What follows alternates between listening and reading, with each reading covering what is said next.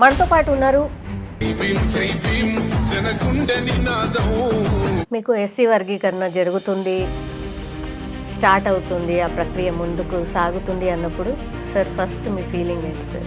ఈ లక్ష్యాన్ని సాధించడం కోసం జరిగిన పోరాటంలో మా బిడ్డల మరణాలు ముందు మా కళ్ళ ముందు కనిపించాయి.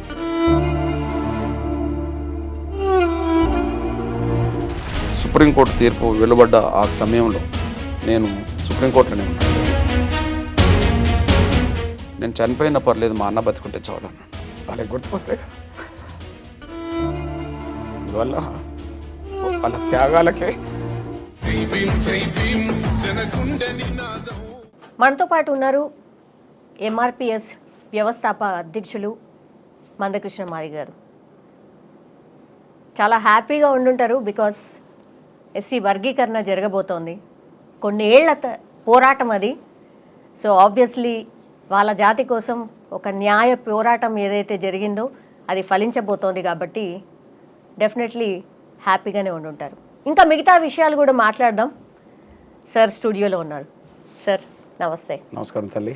Sir very fresh and happy mood and positiveness కనిపిస్తోంది సార్. తల్లి తల్లి ఎంత హ్యాపీగా ఉన్నారు? ఎస్సీ వర్గీకరణ జరగబోతోంది అండ్ కొన్నేళ్ల పోరాటం ఫలించబోతోంది. పోరాటం 3 దశాబ్దాలు తల్లి, ఎక్కడ బ్రేక్ లేకుండా, ఎన్ని ఒడిదుడుకులు వచ్చినా, ఉద్యమం మీద ఎన్ని కుట్రలు జరిగినా, ఎన్ని రకాలుగా నిర్బంధాలు ఎదురైనా, కొంతమంది బిడ్డల్ని కోల్పోయినా, లక్ష్యాన్ని సాధించాలనే ఒక పట్టుదలతో ఉద్యమం జరిగింది. వ్యక్తిగతమైన ప్రయోజనాల కంటే జాతి సమాజం ప్రయోజనాలు ముఖ్యమనే లక్ష్యంతో ఈ ఉద్యమం జరిగింది. కాబట్టి ఎన్నో అడ్డంకులను అధిగమించి ఒక లక్ష్యాన్ని చేరుతున్న సమయంలో సాధారణంగానే జాతి బిడ్డలకు భవిష్యత్తు వాళ్ళ ప్రయోజనాలు వాళ్ళకి దక్కబోతున్నాయి కదా, నిన్నటి వరకు వాళ్ళకి అవకాశాలు దక్కలేదు, రేపో మాపో వాళ్ళ అవకాశాలు అందుకోబోతున్నారు కదా అనే ఒక ఉంటుంది కదమ్మా. అంతవరకు మీ పోరాటంలో చాలా వరకు అంటే రాజకీయ పార్టీలు మీరు ఎంతో అంటే ఎక్కని మెట్టు లేదు, దిగని మెట్టు లేదు, అవన్నీ కూడా గుర్తు చేసుకున్నప్పుడు నిజంగా పార్టీల సపోర్ట్తో ఈరోజు ఎస్సీ వర్గీకరణ జరుగుతుంది అనుకుంటున్నారా, లేకపోతే సుప్రీంకోర్టు ఇచ్చింది కాబట్టి జరిగింది అనుకుంటున్నారా? అంటే ఇందులో 2 ఉన్నాయమ్మా. ఒకటి ప్రధానంగా ఉద్యమం. 30 ఏళ్ల క్రితం ఒక కుగ్రామంలో ఒక 10-15 మందితో మొదలైన ఉద్యమం ఈరోజు దేశంలో ఒక బలమైన సోషల్ మూమెంట్గా నడుస్తున్నది, కొనసాగుతున్నది. ఇంతకుముందే చెప్పినట్టుగా ఒక లక్ష్యాన్ని చేరడం కోసం అన్ని ప్రయత్నాలు చేశాం. ఇక నిర్బంధాలు, కష్టాలు, నిందలు, జైళ్ళు, శిక్షలు ఇవన్నీ ఒక ఉద్యమ ప్రస్థానంలో అన్నీ ఎదురైనాయి. సేమ్ టైం ఎంత మేము ఉద్యమం నిలబెట్టుకోవడానికి ప్రయత్నం చేసినా సమాజం మద్దతు మాకు అండగా నిలబడ్డది. మాలయేతర మొత్తం సమాజం, అన్ని వర్గాల అండదండలు మొదటి నుంచి ఎంఆర్పీఎస్కున్నాయి. దానికి కారణం వీళ్ళు అన్యాయం గురైన వాళ్ళు, వీళ్ళకి న్యాయం జరగాలి, వాళ్ళ తరఫున పోరాటం జరుగుతుంది, మనం వీలైన మేరకు మన శక్తిని మనం తోడ్పాటుని అందిద్దామని చెప్పి సమాజంలో ఉండబడే అన్ని వర్గాల పెద్దలు, మానవతావాదులు, ప్రజాస్వామికవాదులు అందరి అండదండలు అందించారు. వాళ్ళకి ఎప్పుడు వ్యక్తిగతంగా నేనే కాదు, మా జాతి కూడా రుణపడి ఉన్నది. సేమ్ టైం ఉద్యమం చాలా కీలక దశలో అడ్డంకులు ఎదురవుతున్న సమయంలో కొన్ని సందర్భంలో రాజకీయ పక్షాలు ఇచ్చిన మాట నిలబెట్టుకోలేదు. వాళ్ళు ఇచ్చినప్పుడు, వాళ్ళ మాట ఇచ్చినప్పుడు వాళ్ళకు మేము తోడు ఉన్నాం. కొన్ని సందర్భంలో వాళ్ళు న్యాయం చేయలేకపోయారు. కానీ కీలక దశలో గౌరవ నరేంద్ర మోడీ గారు ప్రధానమంత్రిగా మాదిగల ఆవేదనను కల్లారా చూడడానికి వచ్చాడు. November 11, 2023 Hyderabad meeting. ఆయనకు అప్పటికే చరిత్ర అర్థమైపోయినది. అరే 30 ఏళ్ళ పోరాటం నడుస్తున్నది, వీళ్ళలో ఎంత ఆవేదన ఉన్నది. ఆ రోజు ప్రత్యక్షంగా మాదిగ ప్రజల ఆవేదన చూశాడు, సంకల్ప బలమేందో చూశాడు. ఎంఆర్పిఎస్ ఉద్యమం 94లో మొదలుపెట్టి 95, 96 వచ్చేటప్పటికి ఎంత ఉత్సాహంగా, ఎంత శక్తివంతంగా పనిచేసిందో ఈ 3 దశాబ్దాల్లో జరిగిన ఉద్యమం కూడా మళ్ళీ ప్రతి దశలో అట్లనే కనిపిస్తుంది. కాబట్టి ఆయన కళ్ళారా చూశాడు, నిజమే న్యాయం ఉన్నది కదా, ఈ న్యాయానికి అడ్డంకులు వస్తున్నాయి కదా, అడ్డంకులను అధిగమించడానికి ప్రభుత్వ పరంగా మేము చైతన్యం ఇవ్వాలి కదా అని చెప్పి ఆయన మనసా వాచ అనుకోవడం వల్ల జరిగిన పరిణామాల్లో కేంద్ర ప్రభుత్వం కూడా సుప్రీంకోర్టులో అఫిడవిట్ ఇవ్వాల్సిన పరిస్థితి వచ్చేసింది ఎస్సీ వర్గీకరణకు అనుకూలంగా. ఇప్పుడు ఎగ్జాంపుల్, ఇప్పుడు 2004లో అదే సుప్రీంకోర్టులో 5 జడ్జీలు ఎస్సీ వర్గీకరణ చెల్లదని చెప్పారు. ఎందుకు చెప్పారు? అప్పుడు కేంద్ర ప్రభుత్వం సపోర్ట్ లేదు, యూపీఏ గవర్నమెంట్ సపోర్ట్ లేదు, వాళ్ళు అఫిడవిట్ ఇవ్వలేదు, అనుకూలంగా ముందుకు రాలేదు, వాళ్ళ మీద ఒత్తిడి ఉన్నది. ఇప్పుడు కాంగ్రెస్ పార్టీలోనే ఉండి కాంగ్రెస్ పార్టీ వర్గీకరణకు అనుకూలంగా మేనిఫెస్టో పెడితే కాంగ్రెస్ పార్టీలో ఉన్న మాల సామాజిక వర్గంలో ఉన్న వాళ్ళే కదా మేము అడ్డు తగులుతామని ఇప్పటికీ మాట్లాడుతున్నది. ఆ రోజులు కూడా అట్లా అడ్డు తగులడం వల్ల మాకు సుప్రీంకోర్టులో కూడా మాకు న్యాయం జరగకుండా పోవడానికి దారితీసింది. కానీ గౌరవ నరేంద్ర మోడీ గారు ప్రధానమంత్రి హోదాలో హైదరాబాద్ సభకు రావడం, ఖచ్చితంగా వర్గీకరణ ప్రక్రియ ముందుకు సాగడానికి కేంద్రం సపోర్ట్ చేస్తారని చెప్పడం, సుప్రీంకోర్టులో కేసు పెండింగ్లో ఉన్నది కాబట్టి త్వరగా విచారణ జరిగేలాగా కేంద్రం కోరుతుందని చెప్పడం, దీన్ని పరిశూ చేయడానికి ఒక కమిటీ వేస్తానని చెప్పడం, ఆయన క్యాబినెట్ సెక్రటరీ తోటే ఒక కమిటీ వేయడం, కమిటీ మొత్తం న్యాయ వ్యవస్థనంతా కూర్చుండబెట్టి, అంటే దాదాపు అటార్నీ జనరల్, సోలిసిటర్ జనరల్ వీళ్ళందరినీ కూర్చుండబెట్టి దీని మీద ఎట్లా ముందుకు సాగితే బాగుంటుందని అనుకోవడం, న్యాయం ఉన్నది కాబట్టి ఖచ్చితంగా న్యాయం వైపే మనం ఉందామని చెప్పి కేంద్రం అనుకోవడం, అఫిడవిట్ దాఖలు చేయడంతో 3 రోజుల పాటు జరిగిన విచారణలో అటార్నీ జనరల్, సోలిసిటర్ జనరల్ అక్కడనే ఉండి దానికి ఎక్కడి నుంచి అడ్డంకులు వస్తున్నాయి, ఎవరెవరు అడ్డంకిగా మాట్లాడుతున్నారనే విషయం అధ్యయనం చేస్తూ నిరంతరం ఆ 3 రోజులు వాళ్ళు తిప్పికొట్టడం వల్ల ఆ సానుకూలమైన తీర్పు రావడానికి దారితీసింది. అందువల్ల పోరాటం ఉన్నది, ఇందులో మా పిల్లల త్యాగాలు ఉన్నాయి, లక్షలాది మంది శ్రమ ఉన్నది, సమాజం మద్దతు ఉన్నది. అతి కీలక దశలో మాత్రం కేంద్రం న్యాయబద్ధంగా ముందుకు రావడం వల్ల మాకు న్యాయం జరిగింది. ఆనాడు మీరు అనుకున్నారా సార్ నిజంగా అది కూడా ఒక రాజకీయ సభనే కావచ్చు అని అనుకున్నారా? ఆనాడు మీరు ఐ థింక్ కొంత భావోద్వేగానికి కూడా గురైనట్టున్నారు. నరేంద్ర మోడీ గారు మిమ్మల్ని ఓదార్చారు ఆ సభలో. అవునవును, యా, ఎస్. ఆనాడు మీరు నిజంగా అనుకున్నారా, లేకపోతే ఏం జరుగుతుందో ఏందో కావాలి అని ఎప్పటి నుంచో మీరు అనుకుంటున్నారు, కానీ జరుగుతుందన్న నమ్మకం ఉండేనా ఆనాడు 2023? అంటే భావోద్రేగానికి గురి కావడానికి ఒక 2-3 ప్రధాన కారణాలు ఉన్నాయి. మేము చిన్నతనంలో కులపరమైన వివక్షతను ఎదుర్కొన్న వాళ్ళం. పశువుల మీద చేతులు వేసుకొని తీసుకెళ్లేటోళ్ళే మేము కనిపిస్తే మమ్మల్ని దూరం పెట్టి వాళ్ళు దూరంగా నడిచేవాళ్ళు. పశువుల కంటే హీనంగా చూడబడ్డ ఈ సామాజిక వ్యవస్థలో ఒక కులం నుండి వచ్చిన వాళ్ళం కదా. అన్ని బాధలు, పేదరికం, అవమానాలు నిత్యం ఎదుర్కొన్న వాళ్ళం కదా. కానీ ఒక జాతి పక్షాన 30 ఏళ్ళ ఉద్యమం జరిగిన తర్వాత ప్రపంచాన్ని ప్రభావితం చేసే దేశ గౌరవ ప్రధానమంత్రి నరేంద్ర మోడీ గారే మా పక్కన కూర్చున్నప్పుడు, అంటే ఈ స్థాయికి వస్తుందని మేము ఊహించలేదు. కానీ పశువుల కంటే హీనంగా చూడబడ్డ ఒక కులం బిడ్డలు ప్రధానమంత్రి పక్కనే కూర్చునే కాడికి వచ్చాము కదా అనే కాడికి సహజంగా భావోద్రేకం వచ్చింది కదా. ఈ నేపథ్యంలో ఆయన కూడా అర్థం చేసుకోగలిగాడు, ఓదార్చగలిగాడు, పరిస్థితులను అధ్యయనం చేసినట్టుగానే ఆయన కూడా మాట్లాడాడు, ముందుకు సాగించాడు. ఓకే, ఆయన మాత్రం మాకు న్యాయం చేశాడమ్మా. మీకు ఎస్సీ వర్గీకరణ జరుగుతుంది, స్టార్ట్ అవుతుంది, ఆ ప్రక్రియ ముందుకు సాగుతుంది అన్నప్పుడు సార్ ఫస్ట్ మీ ఫీలింగ్ ఏంటి సార్? అంటే ముందు ఈ లక్ష్యాన్ని సాధించడం కోసం జరిగిన పోరాటంలో మా బిడ్డల మరణాలు ముందు మా కళ్ళ ముందు కనిపించినాయి. సుప్రీంకోర్టు తీర్పు వెలువడ్డ ఆ సమయంలో నేను సుప్రీంకోర్టులోనే ఉన్నాను. 2004లో సుప్రీంకోర్టులోనే ఉన్నాను, ఓడిపోయినప్పుడు కూడా. అంటే మాకు ఎవరు లేరు కదా, అందువల్ల మేము ఓడిపోయాను. వాళ్ళకు సుప్రీంకోర్టు స్థాయిలో కూడా వర్గీకరణ అడుక్కునే వాళ్ళకు జడ్జీలు ఉన్నారు. యూపీఏ గవర్నమెంట్ను శాసించే మా సోదర వర్గం ఉన్నది. ఇప్పుడు యూపీఏ గవర్నమెంట్ 10 ఏళ్ళు ఉన్నది. శ్రీమతి సోనియా గాంధీ గారు యూపీఏ చైర్పర్సన్, ఆమెకు సలహాదారుడు కొప్పుల రాజు మా మాలే. రాహుల్ గాంధీకి సలహాదారుడు రాజశేఖరన్ ఐఏఎస్ అధికారి మాల. ప్రధానమంత్రి కార్యాలయంలో తిష్టేసిన కాంతారావు ఐఏఎస్ మాల. క్యాబినెట్లో వాళ్ళు, ఎక్కడ చూసినా వాళ్ళు, సుప్రీంకోర్టులో జడ్జీలు వాళ్ళు. మాకెవరు లేరు. అప్పుడు బాధతో కళ్ళ నీళ్ళు వచ్చినాయి. మేము ఒంటరి వాళ్ళం కదా అని. కానీ ఇక్కడ మేము ఓడిపోయామో అక్కడనే గెలవాలి. ఎందుకంటే ధర్మానికి కొన్ని అడ్డంకులు ఇబ్బందులు వచ్చినా కూడా ధర్మాన్ని గెలిపించుకునే అంత పోరాటం మాత్రం జరగక తప్పదని చెప్పి మనం పోరాటం మొదలుపెట్టడం జరిపింది. ఇక 2024లో సుప్రీంకోర్టులో జడ్జిమెంట్ వచ్చిన రోజు కూడా నా కళ్ళ నీళ్ళు వచ్చినాయి. ఆనాడు బాధతో వచ్చినాయి, ఈనాడు మా పిల్లలు గుర్తుకొచ్చి వచ్చినాయి. ఉద్యమం జరుగుతున్న సమయంలో, నేను ఆమర దీక్ష చేస్తున్న సమయంలో 98లో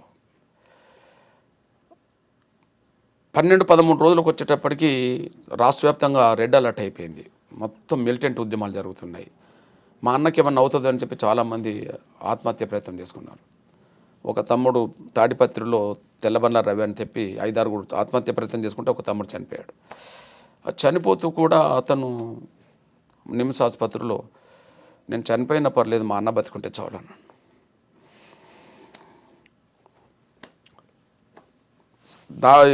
గాంధీభవన్ ఘటనలో కాంగ్రెస్ వర్గీకరణ చేత అని మోసం చేస్తే గాంధీభవన్ దగ్గర పడ్డప్పుడు మా పిల్లలు చనిపోతున్న క్రమంలో సురేందర్ దగ్గరికి నేను వెళ్ళాను. 90% పైగా కాలిన గాయాలతో కళ్ళు కూడా చూడలేని పరిస్థితిలో అతను తగలబడ్డాడు.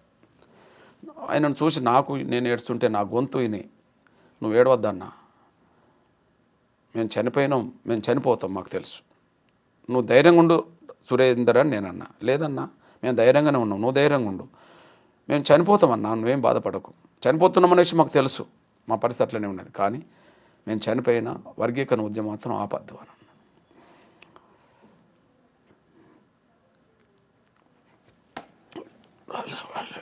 వాళ్ళకి గుర్తుకొస్తాయి కదా. అందువల్ల వాళ్ళ త్యాగాలకే మొదటి ప్రాధాన్యత. చాలామంది చనిపోయారు అట్లా. అంటే మేము చనిపోయినా పర్లేదు, మేము చనిపోతున్నామని తెలుసు, మేము చనిపోతాం, అయినప్పటికీ మీరు వర్గీకరణ ఉద్యమం ఆపద్దు అని అంటారు. అంటే ఇదే వాళ్ళు చనిపోకుండా ఈ యుద్ధంలో మేము గెలిస్తే మా పిల్లలు చూసేవాళ్ళు కదా. మేము బతికుండి చూడగలుగుతామేమో రేపు మా బిడ్డలు ఫలాలనుకున్నప్పుడు, కానీ దీనికోసం ప్రాణాలు అర్పించిన బిడ్డలు వాళ్ళు చూడలేరు కదా. అవి గుర్తుకొచ్చినాయి. ముందు జడ్జిమెంట్ వచ్చినప్పుడు గుర్తుకొచ్చింది మా పిల్లలే, వాళ్ళ మరణాలు. వేలాది మంది కార్యకర్తలు ఒక సైన్యంగా తయారయ్యారు ఎంఆర్పిఎస్కు. మీరు గమనించండి. ఓకే, 94-95 ఉద్యమం కొంత విస్తరణ జరుగుతున్నప్పుడు క్యాడర్ ఎంత ఉత్సాహంగా చైతన్యంగా పనిచేస్తారో 30 ఏళ్లలో కూడా అదే చైతన్యంతో, అదే పట్టుదలతో ఎంఆర్పిఎస్ కార్యకర్తలు పనిచేస్తారు. ఎన్నో అడ్డంకులు, ఎన్నో కుట్రలు ఉద్యమం మీద జరిగినాయి. బహుశా ఎంఆర్పిఎస్ ఉద్యమం మీద జరిగిన అన్ని కుట్రలు, నిర్బంధాలు ఏ సోషల్ మూమెంట్ జరగలేదు దేశవ్యాప్తంగా. అన్ని జరిగినా చెక్కు చెదరని ఆత్మవిశ్వాసంతో ఎంఆర్పిఎస్ కార్యకర్తలు పనిచేశారు.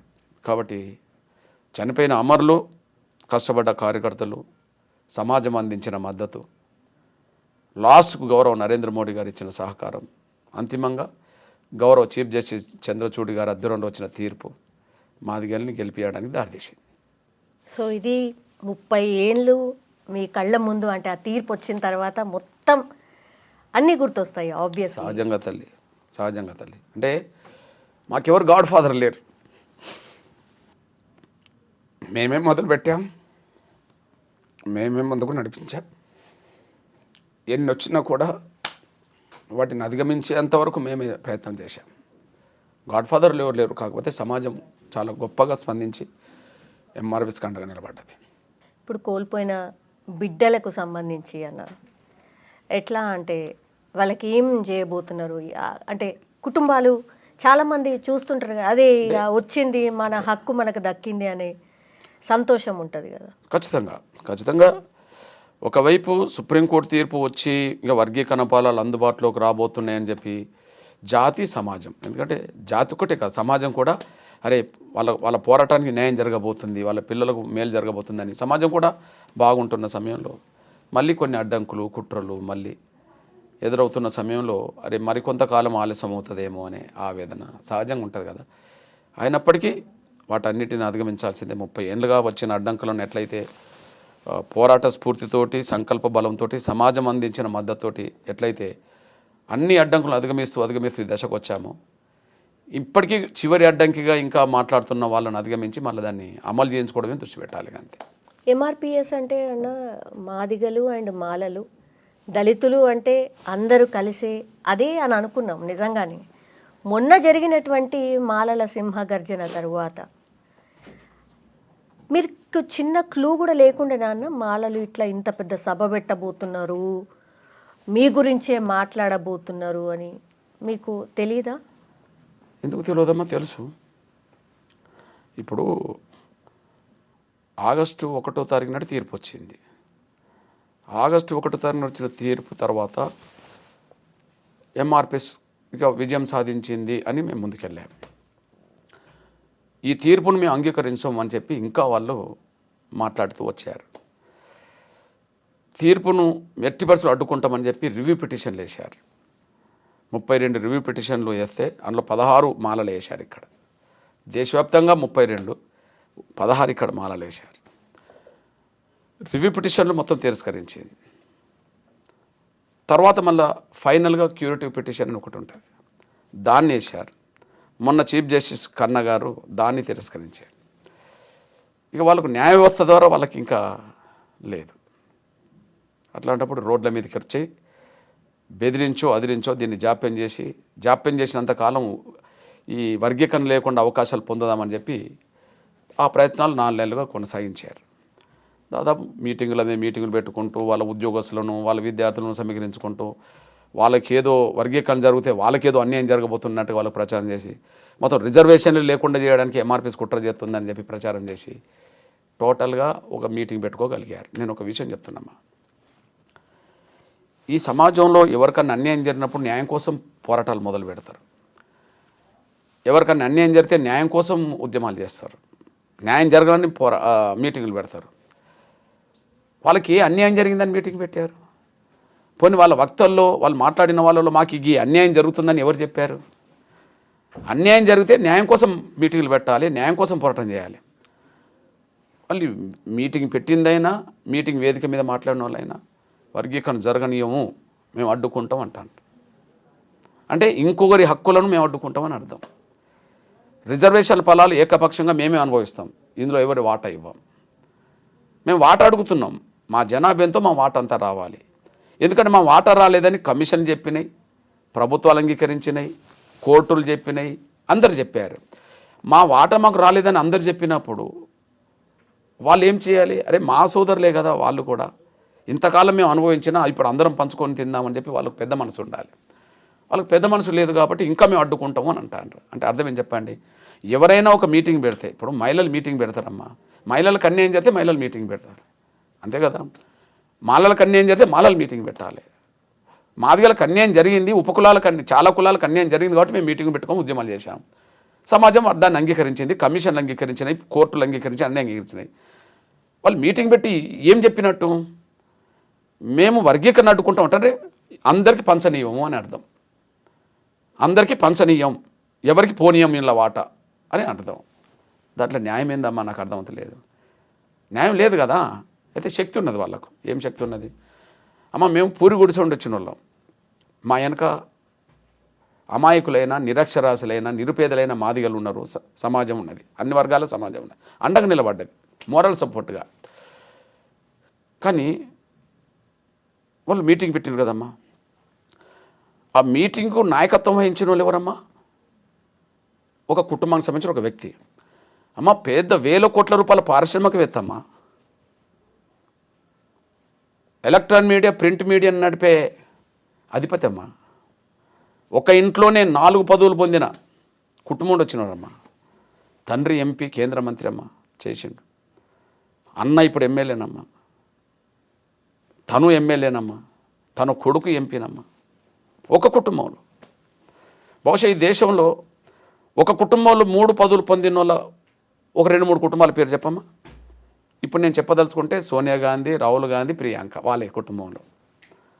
లేదా కాంగ్రెస్ పార్టీ అధ్యక్షుడు ఉండబడే మల్లికార్జున ఖర్గే వాళ్ళ అల్లుడు ఎంపీ లేదా వాళ్ళ కొడుకు మంత్రి. ఈ దేశంలో ఒకే కుటుంబంలో 3 చట్టసభల పదవులు పొందిన వాళ్ళు మళ్ళీ వీళ్ళేనమ్మా. పారిశ్రామికవేత్తలమ్మా, 50,000 లక్ష కోట్ల రూపాయల అధిపతులమ్మా వాళ్ళ పారిశ్రామికవేత్తలు, పరిశ్రమ నడిపేటోళ్ళమ్మా. 2 ఒక ప్రింట్ మీడియా, ఒక ఎలక్ట్రానిక్ మీడియా నడపాలంటే 100 కోట్ల రూపాయలు అవసరమమ్మా. 3 చట్టసభలు వాళ్ళ ప్రాతినిధ్యం మొదటి నుంచి వాళ్ళకు ఉన్నదమ్మా. అమ్మా ధనం అన్ని రకాలుగా ఉన్నప్పుడు, రాజకీయ పలుకుబడి ఉన్నప్పుడు వాళ్ళని పక్కదారి పట్టించి తీసుకురావడం పెద్ద సమస్య కాదమ్మా. ఆవేదన చాటుకోవడానికి పెట్టలేదమ్మా, ఇంకొకరు హక్కులను హరించడానికి వాళ్ళు మీటింగ్ పెట్టారు. అందుకనే సమాజం ఆ మీటింగ్ను అంగీకరించదమ్మా. ఎందుకంటే ఇప్పుడు ఎంఆర్పిఎస్ మీటింగ్ పెడితేమ్మా అన్ని పార్టీలు అన్ని సంఘాల వాళ్ళు వచ్చి వేదిక మీద ఉంటారు. అన్ని పార్టీలు అన్ని సామాజిక వర్గాల్లో వస్తారు. మళ్ళీ న్యాయం ఉన్నది ఎంఆర్పిఎస్ వైపు అని చెప్పి అమ్మా మీటింగ్ పెట్టారు కదా, పోనీ వాళ్ళకి అన్యాయం జరిగితే న్యాయం కోసం మీటింగ్ పెడితేనన్నా ఎవరన్నా సపోర్ట్ చేస్తారమ్మా. ఇంకోరి హక్కులు వద్దని చెప్పడానికి మీటింగ్ పెట్టిండ్రమ్మా. మీరే ఆలోచించండి. కాబట్టి ఏ పార్టీ ఏ ఇతర మాలేతర సంఘ నాయకులు అక్కడ కనిపించలేదమ్మా వేదిక మీద. దీన్ని బట్టి స్వార్థం ఎవరిది, న్యాయం ఎవరిది? ఓకే, స్వార్థం ఉన్న వాళ్ళకు పలుకుబడి ఉన్నదమ్మా, డబ్బు ఉన్నదమ్మా, రాజకీయ పలుకుబడి ఉన్నదమ్మా. వాళ్ళలో వేలాది మంది మాదిగల కంటే ఎక్కువ మంది ఉద్యోగస్తులు ఉన్నారమ్మా. పలుకుబడితో ఏదైనా చేసుకుంటారమ్మా, కానీ అంతిమంగా ఓడిపోతారమ్మా వాళ్ళు. ఎందుకంటే మీరు కలుపుకుని పోయే ప్రయత్నం చేయలేదు సార్ ఫస్ట్ నుంచి కూడా? ఎందుకు ఇట్లా మరి? విషయం ఏంటంటే తల్లి, ఉన్నది పంచుకుందాం, మన మధ్యలో తేడా లేకుండా కూర్చుందామంటే నేను ఎప్పుడు కూర్చుంటానమ్మా. కానీ అసలు పంచుకోవడానికే ఒప్పుకోం అంటున్న వాళ్ళతో ఎట్లా కూర్చోవాలమ్మా మీరే చెప్పండి. ఇప్పుడు మాదిగలకు అన్యాయం జరిగిందా లేదా? మాదిగలతో పాటు ఇంకా 57 కులాలు దళితుల్లో ఉన్నారు, వాళ్ళకి అన్యాయం జరిగిందా లేదా? అమ్మ ఒక్క వర్గమే ఎందుకు వ్యతిరేకిస్తుందమ్మా చెప్పు? ఉద్యోగాల్లో వాళ్ళే ఎక్కువ మంది, చదువుకున్న వాళ్ళు వాళ్ళే ఎక్కువ మంది, ఆర్థికంగా బలపడ్డోళ్ళు వాళ్ళే ఎక్కువ మంది, రాజకీయంగా బలపడ్డోళ్ళు ఆ కుటుంబానికి సంబంధించిన వాళ్ళే కదమ్మా. మరి మిగతా 57 కులాలు ఈ వర్గీకరణ కోరుకుంటున్నాయి కదమ్మా, మాదిగలు ఒక్కరే కోరుకోవట్లేదు కదా. అంటే మాదిగలకు అన్యాయం జరిగింది, మాదిగలు కోరుకుంటుండ్రు, మిగతా దళిత కులాలు కూడా వర్గీకరణ కోరుకుంటున్నాయి. అంటే వీరొక్కరే అడ్డం పడుతుంటే అర్థం ఏందమ్మా? అంటే అందరు అవకాశాలు మేమే అనుభవిస్తాం, మేమే తింటామని అర్థం. ఇకపోతే ఒక సందర్భంలో కూర్చున్నామమ్మా, ఇప్పుడు కాదు, దాదాపు ఎంఆర్పిఎస్ 94లో ఉద్యమం మొదలైనప్పుడు 99లో కూర్చున్నామమ్మా. అప్పుడు ఈ ఇష్యూ రాష్ట్రపతి చేతిలోకి వెళ్ళిపోయిందమ్మా. ఇప్పుడు సుప్రీంకోర్టులో కొంతకాలం పెండింగ్లు ఉండి జడ్జిమెంట్ వచ్చినట్టుగానే 99లో ఈ ఇష్యూ రాష్ట్రపతి చేతికి వెళ్ళింది. ఎస్సీ వర్గీకరణ కరెక్టా కాదా అని. అప్పుడు రాష్ట్రపతి కూడా దళితుడమ్మా, కేఆర్ నారాయణ్, చాలా గొప్ప మేధావి, అంబేద్కర్ తర్వాత గొప్ప మేధావిగా పేరుగన్న వ్యక్తి అమ్మ. ఆయన చేతిలో ఈ ఎస్సీ వర్గీకరణ సమస్య పెండింగ్లో ఉన్నప్పుడు అక్కడికి వెళ్ళినప్పుడు దానికంటే ముందు ఒక మాల పెద్దలు మమ్మల్ని కూర్చోబెట్టారమ్మ. అప్పుడు పివి రావు గారు దీనికి నాయకత్వం వహిస్తున్నారు. తర్వాత జూపూడి, తర్వాత ఇప్పుడు వీళ్ళందరూ ఇప్పుడు ఎవరెవరో వస్తూనే ఉన్నారు. అప్పుడు ఏమైందంటే అమ్మ, ఒక వర్ధన్ అనే ఒక స్వచ్ఛంద సంస్థ నడిపే మాల పెద్ద ఆయన ఇంట్లోనే చర్చలు జరిగినాయి. దానికి సాక్షి సంతకంలో మల్లు రవి కూడా ఉన్నాడు.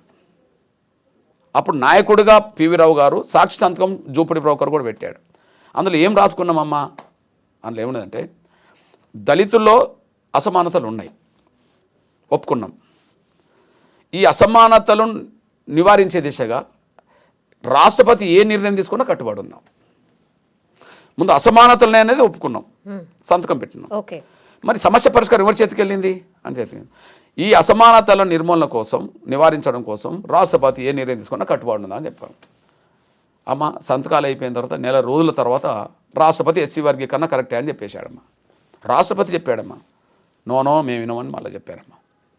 ఇప్పుడు చెప్పండి తల్లి, సుప్రీంకోర్టు అత్యున్నత ధర్మాసనం 7 జడ్జిలతో కూడిన రాజ్యాంగ ధర్మాసనం, అందులో ధర్మాసనానికి చీఫ్ జస్టిస్ నాయకత్వం వహిస్తుంటే ఆయన ఇచ్చిన తీర్పును ఇప్పుడు బేఖాతరు అంటలేరమ్మా.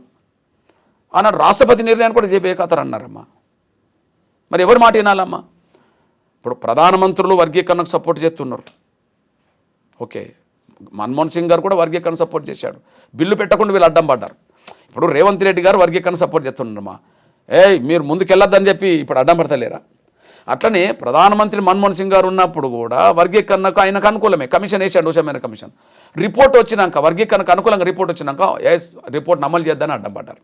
అప్పుడు అంటే రాష్ట్రపతి నిర్ణయాలు బేఖాతరు చేసే స్థాయిలో వాళ్ళు ఉన్నారు, ప్రధానమంత్రుల నిర్ణయాన్ని వాళ్ళు బేఖాతరు చేస్తారు. ఈ దేశంలో ఎస్సీ వర్గీకరణ మీద వేసిన కమిషన్ అన్ని వర్గీకరణ సపోర్ట్ చేసినాయమ్మా. ఇప్పుడు ఆంధ్రప్రదేశ్లో ఎస్సీ వర్గీకరణ మీద కమిషన్ చంద్రబాబు నాయుడు గారు వేసాడమ్మా. 94 కమిషన్ సపోర్ట్ చేసింది, జస్టిస్ రామచంద్ర కమిషన్. నేను పుట్టకముందు లాల్ బహదూర్ శాస్త్రి గారు ప్రధానమంత్రిగా ఉన్నప్పుడు కమిషన్ పడ్డదమ్మా, లోకూర్ కమిటీ, అది వర్గీకరణ సపోర్ట్ చేసింది. పోనీ యూపీఏ గవర్నమెంట్లో మన్మోహన్ సింగ్ గారు గవర్నమెంట్లో జస్టిస్ ఉషా మేరా కమిషన్ వేసిందమ్మా, వర్గీకరణ సపోర్ట్ చేసింది. మహారాష్ట్రలో లాహోజీ సాల్వే కమిటీ పడ్డదమ్మా, వర్గీకరణ సపోర్ట్ చేసింది. తమిళనాడులో జస్టిస్ జనార్దన్ కమిషన్ పడ్డదమ్మా, వర్గీకరణ సపోర్ట్ చేసింది. కర్ణాటకలో జస్టిస్ సదాశివన్ కమిషన్ పడ్డదమ్మా, వర్గీకరణ సపోర్ట్ చేసింది. ఉత్తరప్రదేశ్లో హుకుమ్ సింగ్ కమిషన్ పడ్డదమ్మా, వర్గీకరణ సపోర్ట్ చేసింది. హర్యానాలో, పంజాబ్లో ఉమ్మడిగా ఉషా మేర్ కమిషన్, తర్వాత జస్టిస్ లాహుజీ సాల్వే కమిషను ఇక్కడ పడ్డదమ్మా. ఇట్లా ప్రతి రాష్ట్రంలో కమిషన్లు పడ్డాయమ్మా. పంజాబ్లో గుర్నామ్ సింగ్ కమిషన్ పడ్డదమ్మా. అన్ని కమిషన్ సపోర్ట్ చేసినాయి. అమ్మ కమిషన్లు ఎందుకు సపోర్ట్ చేస్తాయమ్మా అంటే అన్యాయం జరిగిందనేది నిర్ధారణకు చేసి న్యాయం జరగాలని చెప్పేసినాయమ్మా. కమిషన్ రిపోర్టులు బేఖాతరు చేస్తారమ్మా, సుప్రీంకోర్టుల నిర్ణయాలు బేఖాతరు చేస్తారమ్మా, ప్రధానమంత్రి నిర్ణయాన్ని బేఖాతరు చేస్తారమ్మా, ముఖ్యమంత్రులు మాట్లాడితే వర్గీకరణ అడ్డు తగులుతామని ఇప్పుడు చెప్తారమ్మా. ఇప్పుడు మొన్న పెట్టిన మీటింగ్లో వక్తలందరూ ఏం మాట్లాడిన తల్లి, మేము వర్గీకరణ అడ్డుకుంటామని చెప్పారు. ఇక వాళ్ళకి ఎవరు చెప్పాలి తల్లి, నాకు మీరు చెప్పండి. ఇప్పుడు ఇది అన్నదమ్ముల పంచాయతీ లెక్క ఉందన్న, ఒక కుటుంబంలోనే ఒక అన్న ఒక తమ్ముడు కొట్లాడుకుంటున్నట్టు ఉంది. మరి దీనికి పరిష్కారము లేదా అంటే ఇప్పటి వరకు మాలలే లబ్ధి పొందిండ్రు అని మీరు అంటున్నారు. అమ్మా నాకు అర్థమైంది తల్లి. యా, ఇప్పుడు ఎస్సీ స్త్రీ వర్గీకరణ పురుషుల మధ్యలో ఏదైనా వివాదం జరుగుతుంది, పురుషులదైనా స్త్రీలదైనా న్యాయం వైపే నిలబడగల తల్లి ఎవరమైనా. నంబర్ 1 కుటుంబం మీరు అన్నట్టుగా అన్నదమ్ముల మధ్యలోనే ఒక స్ట్రగుల్ జరుగుతుంది. ఆ అన్నదమ్ముల మధ్యలో న్యాయం ఎవరిది అన్యాయం ఎవరిదో తేలుతుంది కదా తల్లి. ఓకే, 2 కులాల మధ్యలోనే యుద్ధం జరుగుతుంది. ఏ కులం న్యాయం వైపు ఉన్నదనే విషయం నిర్ధారణ జరుగుతుంది తల్లి కదా. అంటే అన్నదమ్ముల మధ్యలో సమస్య ఒక ఘర్షణగా మారినా, లేదా స్త్రీ పురుషుల మధ్యలో ఘర్షణగా మారినా, లేదా 2 కులాలు తెగల మధ్యలో ఘర్షణ మారినా ఇద్దరి వైపు న్యాయం ఉండదు, ఇద్దరి వైపు అన్యాయం ఉండదమ్మా. న్యాయం ఒకవైపు ఉంటుంది, అన్యాయం ఒకవైపు ఉంటుంది. ఇప్పుడు చెప్పండి తల్లి, న్యాయం ఇటు ఉన్నదని సమాజం ఒప్పుకున్నది కదా, కమిషన్లు ఒప్పుకున్నాయి కదా, కోర్టులు ఒప్పుకున్నాయి కదా, ప్రధానమంత్రులు ఒప్పుకున్నారు కదా, రాష్ట్రపతులు ఒప్పుకున్నారు కదా, మేము ఒప్పుకోమంటాను. ఇప్పుడు ఎవరు చెప్పాలి తల్లి, నువ్వే చెప్పు. నువ్వన్నా చెప్పు మరి వాళ్ళకు. నా బిడ్డగా, నా చెల్లెగా నువ్వు చెప్పు, న్యాయం వైపు చెప్పు అన్న. ఇప్పుడు ఇష్యూ ఏంటి అంటే మాలల సంఖ్య ఎంత, మాదిగల సంఖ్య ఎంత, ఈ కొట్లాట ఈయనైనా వచ్చింది అంటే సంఖ్యాబలం దానికోసమేనా? అట్లేం లేదు తల్లి. నేనంటే ఎవరి సంఖ్య ఏందని నేను చెప్పాల్సిన అవసరం లేదు తల్లి, ఇంకోటి చెప్పాల్సిన అవసరం లేదు. ఎవరి సంఖ్య ఏందో ఇప్పటికే ఆధారాలు ఉన్నాయి కదా. ఎస్సీ ఎస్టీల జనాభా ఎప్పుడు కూడా 10 ఏళ్ళకు ఒకసారి లెక్కలు తీస్తారమ్మా. కులాల వారిగా తెగల వారిగా లెక్కలు తీస్తారమ్మా. అవి ఎప్పుడు 10 ఏళ్ళకు ఒకసారి అందుబాటులో ఉంటాయమ్మా. కాబట్టి నేను ఇంతమంది ఉన్నామని నేను చెప్పినా, ఎదటోళ్ళు మేము ఇంతమంది అది చెప్పినా ఏదో సంతృప్తి కోసం చెప్పడమే తప్ప లెక్కలు ఇప్పటికే రికార్డ్ అయి ఉన్నాయి కదా తల్లి, ఉన్నాయి కదా. ఇప్పుడు ఎవరికి నష్టం వస్తుంది చెప్పమ్మా? మాలల జనాభా ఇంత అంత వాళ్ళకు వస్తుంది, మాదిగల జనాభా ఇంత, మాదిగల జనాభా అంత వస్తుంది. మాదిగలు కానీ ఇంకా కొన్ని కులాలు ఉన్నాయి, వాళ్ళ జనాభా ఇంత, వాళ్ళ వాట వాళ్ళకి వస్తుంది. పంచుకోకపోతే అందరి వాట ఒకరు తింటారు, పంచుకుంటే ఎవరి వాట వాళ్ళకి వస్తుంది. మా జనాభా కంటే మించి నేను అడుగుతలేను, మా జనాభా కంటే తక్కువ వస్తే నేను ఒప్పుకోను. ఇప్పుడు నష్టం ఎవరికి తల్లి? మా జనాభా 10% ఉన్నదనుకోండి, నేను 11 అడిగితే తప్పు అవుతుంది, ఇంకోరు అవకాశాలు తీసుకున్నట్టు అవుతుంది. మా జనాభా 10 ఉన్నా మాకు 8 వచ్చినాయి అనుకో, మేము ఒప్పుకోము, మాకు ఇంకా 2 అదనంగా మాకు రావాలి కదా. కాబట్టి ఎవరి జనాభా ఎంతో వాళ్ళ వాట అంత అన్నప్పుడు పంచుకుంటే అందరం బాగుపడతాం కదా. పంచుకోకపోవడం వల్లనే అందరు నష్టపోయారు కదా. ఇది చరిత్ర చెప్పిన సాక్ష్యం కదా తల్లి. దీన్ని ఒప్పుకోకపోతే అది మూర్ఖత్వం, స్వార్థం. ఇప్పుడు పంచాయతీ అయినప్పుడు జనరల్లీ అన్న కాంప్రమైజ్ అయ్యి మళ్ళీ పెద్దలు కూర్చొని మాట్లాడుకుంటే ముచ్చట కొంచెం సమసిపోతుంది. ఇప్పుడు దీన్ని ఇంకా మీరు ఒక మాటని వాళ్ళొక మాటని ఇట్లా పెద్దగా వేసుకుంటా పోతే మధ్యలో ఇంకొకళ్ళు దూరి దాన్ని గజిబిజి చేసేస్తారు. ఆ తర్వాత మళ్ళా అన్యాయమే జరిగే అవకాశం లేదా? ఒక విషయం తల్లి, ముందు కొన్ని వేల సంవత్సరాలుగా ఈ సమాజంలో దళితులుగా వివక్షతకు గురైన వాళ్ళం కదా. వివక్షత గురైన వర్గాలకు సంబంధించిన వాళ్ళలోనే మళ్ళీ వివక్షత కొనసాగుతుంది. డాక్టర్ బాబాసాహెబ్ అంబేద్కర్ అన్నాడు, 2 కులాల మధ్యలో వివాహాలు జరుగుతాయా అని. జరగవని చెప్పాడు. 2 కులాలు కనీసం సహపంక్తి భోజనం అన్న చేస్తారా అని అడిగారు ఒకనాడు. జరగవని చెప్పేశాడు. అంటే అగ్రకులాలు దళితుల మధ్యలో ఈ అసమానతలు వివక్షత చూస్తున్నామో, వితిన్ ది దళితుల మధ్యలో కూడా అసమానతలు వివక్షత ఉన్నది తల్లి. ఇది సమాజానికి కనిపించకపోవచ్చు, మాకు తెలుసు కదా తల్లి కదా, కనిపిస్తుంది. ఇప్పుడు నేను అంటున్నా, మనలో మనమే పంచుకోవడానికి ఒప్పుకోపోతే మన ఆనాడు అంబేద్కర్ కాలంలో రిజర్వేషన్ ఇవ్వడానికి అగ్రకులాలు అంగీకరించినాయి కదమ్మా. మీకంటే వాళ్ళు గొప్పవాళ్ళే. 100 ఏళ్ల క్రితం 99% నిరక్షరాలైన దళిత వర్గాల తరఫున అంబేద్కర్ కొట్లాడాడు, మాకు ప్రత్యేక రిజర్వేషన్లు కావాలి అని చెప్పి. లేదు మేము వాటా ఇవ్వం అని వాళ్ళు అన్నారు, అగ్రకులాలు అన్నారు. కానీ కొద్ది కాలానికే ఒప్పందం జరిగింది, గాంధీ అంబేద్కర్ మధ్య ఒప్పందం జరిగింది. కొద్ది కాలానికే లే అందరూ బాగుపడాలంటే ప్రత్యేక రిజర్వేషన్లు వాళ్ళకి ఇవ్వాలని చెప్పి. అంటే 100% మేము రిజర్వేషన్ అంగీకరించమని చెప్పి ఒకవైపు, కొద్ది కాలానికే లే ఆ వర్గాలు బాగుపడాలంటే వాళ్ళకు ప్రత్యేకంగా కొన్ని అవకాశాలు ఇవ్వాలి, కొన్ని వేల సంవత్సరాలు వాళ్ళు అవకాశాలకు దూరమైన వాళ్ళు కాబట్టి ఇవ్వాలని చెప్పి ఒప్పందం జరిగింది. ఆ ఒప్పందం ఫలితమే ఇవాళ రిజర్వేషన్ తల్లి. ఆ రిజర్వేషన్ల వలన ఇవాళ గ్రామ పంచాయతీ మొదలుకొని రాష్ట్రపతుల దాకా దళితులు గిరిజనులు వాళ్ళు అవుతుండ్రు కదా తల్లి. ఉన్నది పంచుకోవడానికే మీరు ఒప్పుకోకపోతున్నారు, కానీ లేనప్పుడు ఇవ్వడానికి అగ్రకులాలు ఒప్పుకునే కదా తల్లి. లేనప్పుడు దళితులకు ఏ అవకాశాలు లేనప్పుడు వాళ్ళకి అవకాశాలు ఇవ్వాలని చెప్పి అగ్రకుల వ్యవస్థ 100 ఏళ్ల క్రితం ఒప్పుకున్నదమ్మా. కానీ 100 ఏళ్ల తర్వాత ఉన్నది పంచుకుందామంటే కూడా మేమే తింటామనేటోళ్ళు వీళ్ళు తయారైందమ్మా. ఇది తప్పు. ఇంకొకరికి అవకాశం ఇస్తుండ్రంటే అర్థం ఏంటి?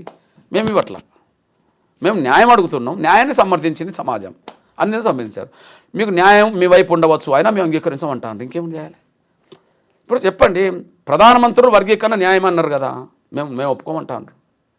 రాష్ట్రపతులు వర్గీకరణకు అనుకూలం అన్నారు కదా, మేము ఒప్పుకోమంటాను. సుప్రీంకోర్టు తీర్పులు వర్గీకరణకు అనుకూలంగా ఉన్నాయి, మేము ఒప్పుకోమంటాను. మాలయేతర ఎవరినన్ను అడుగు ఎంఆర్పీ చేసే పోరాటంలో న్యాయం ఉన్నదంటారు, ఆయన మేము ఒప్పుకోమంటారు. వాళ్ళు ఎంత శక్తివంతులు తల్లి చెప్పండి, ఎంత స్వార్థం, ఎంత శక్తివంతులు వాళ్ళు. ఎవరు చెప్పాలి వాళ్ళకు? అయితే వాళ్ళకు పలుకుబడి శక్తి ఉన్నదని మేము మౌనంగా ఉండలేము కదా తల్లి. ఒక జాతి కోసం యుద్ధం చేస్తున్నాం కదా, జాతి కోసం యుద్ధం చేస్తున్నాం. గెలిపించి నా జాతికి అవకాశాలు అందించాలి. డాక్టర్ బాబాసాహెబ్ అంబేద్కర్ కాలంలో లేని రోజుల్లో అవకాశాలు సాధించడం కోసం ఆయన కష్టపడ్డాడు. 100 ఏళ్ల తర్వాత ఉన్న అవకాశాలు పంచుకోవడం కోసం మేము కష్టపడాల్సి వస్తుంది. మళ్ళీ ఇంకో పోరాటం జరగబోతోందా? పోరాటం మళ్ళీ జరగాలని అయితే కోరుకోనమ్మా. పోరాటం మళ్ళీ జరగాలని నేను కోరుకోను. ఎందుకంటే ఒకే తెలంగాణలో ముఖ్యమంత్రి గౌరవ రేవంత్ రెడ్డి గారు సుప్రీంకోర్టు తీర్పు వచ్చిన వెంటనే అందరికంటే, దేశంలో అందరికంటే ముందు అసెంబ్లీలో స్పందించాడు. అవును, తీర్మానం చేశారు. నేను కూడా ఆయనకు ధన్యవాదాలు చెప్పాను. ఓకే తల్లి, తను వ్యక్తిగతంగా ఎస్సీ వర్గీకరణకు అనుకూలం. వ్యక్తిగతంగా ఎందుకంటే మా ఉద్యమంలో పాల్గొన్నాడు, మా ధర్నాలో పాల్గొన్నాడు, మా మహాసభలో పాల్గొన్నాడు, వర్గీకరణ సపోర్ట్ చేశాడు. ఈ ముఖ్యమంత్రి కాకముందు విషయం చెప్తున్నాను నేను కదా. వ్యక్తిగతంగా మాదిగలకు అన్యాయం జరిగిందనేది ఆయన మనసులో ఉన్నది కాబట్టి మా సభల్లో ధర్నాలో పాల్గొన్న వ్యక్తి కదా. ఆయా సందర్భంలో మాకు కొంత చైతన్యం వ్యక్తే. తను ముఖ్యమంత్రిగా అందరికంటే ముందు వర్గీకరణ అమలు చేస్తామని మాట్లాడాడు. సరే, అందరికంటే ముందు అమలు చేయలేకపోయినా, ఎందుకంటే హర్యానా మొదలుపెట్టింది, పంజాబ్లో అమలు జరుగుతుంది, తమిళనాడులో అమలు జరుగుతుంది. కానీ అందరికంటే ముందు అమలు చేస్తామని కొన్ని కారణాల వల్ల ముందుకెళ్ళకపోయినా కమిషన్ పడ్డది, కమిషన్ తిరుగుతుంది. ఓ 10 రోజులకో 15 రోజులకో కమిషన్ రిపోర్టు వస్తుంది. తప్పకుండా వర్గీకరణ చేస్తాడని ఆశిస్తున్నాం. కానీ అడ్డంకులు కల్పిస్తామనే వాళ్ళని చూస్తే బాధ అనేది ఒకటి ఉంటుంది. అడ్డంకిలు కల్పించిన వాళ్ళు మరి అదే పార్టీలు ఉన్నారు కదా, ఎందుకని వాళ్ళని నిలువరించలేకపోతున్నారు? మరి ఎందుకని ఆప్తలేరు? అంత పెద్ద సభ ముఖ్యమంత్రి గారికి తెలియకుండా జరుగుతుందా? ఎట్లయితుంది అది? ఖచ్చితంగా వాళ్లకు కాంగ్రెస్ అంటేనే అగ్రకులాల్లో రెడ్లది అని అంటారు. కానీ కాంగ్రెస్ అంటే దళితుల్లో మాలలది ప్రధానంగా. ఎందుకు నేను ఈ మాట అంటున్నంటే, ఇప్పుడు ఏ ఇంట్లో 2 పదవులు ఉంటే ఒకరిద్దరికి ఉండవచ్చు, 3 పదవులు ఉన్నది ఎవరికో చెప్పు ఇంట్లో, అదే కాంగ్రెస్లో. ఇప్పుడు ఉత్తమ్ కుమార్ రెడ్డి గారు లేదా వాళ్ళ భార్య ఇద్దరు ఉంటారు అనుకుందాం, లేదా జానారెడ్డి గారు 2 కొడుకులు, ఒక ఎంపీ ఒక ఎమ్మెల్యే అనుకుందాం కదా. మల్లు రవి మల్లు బట్టి విక్రమ్ కూడా మాల, వాళ్ళు ఇద్దరింట్లో ఉన్నారు. కానీ ఒక ఇంట్లో 3 పదవులు ఎవరికి ఉంటాయి?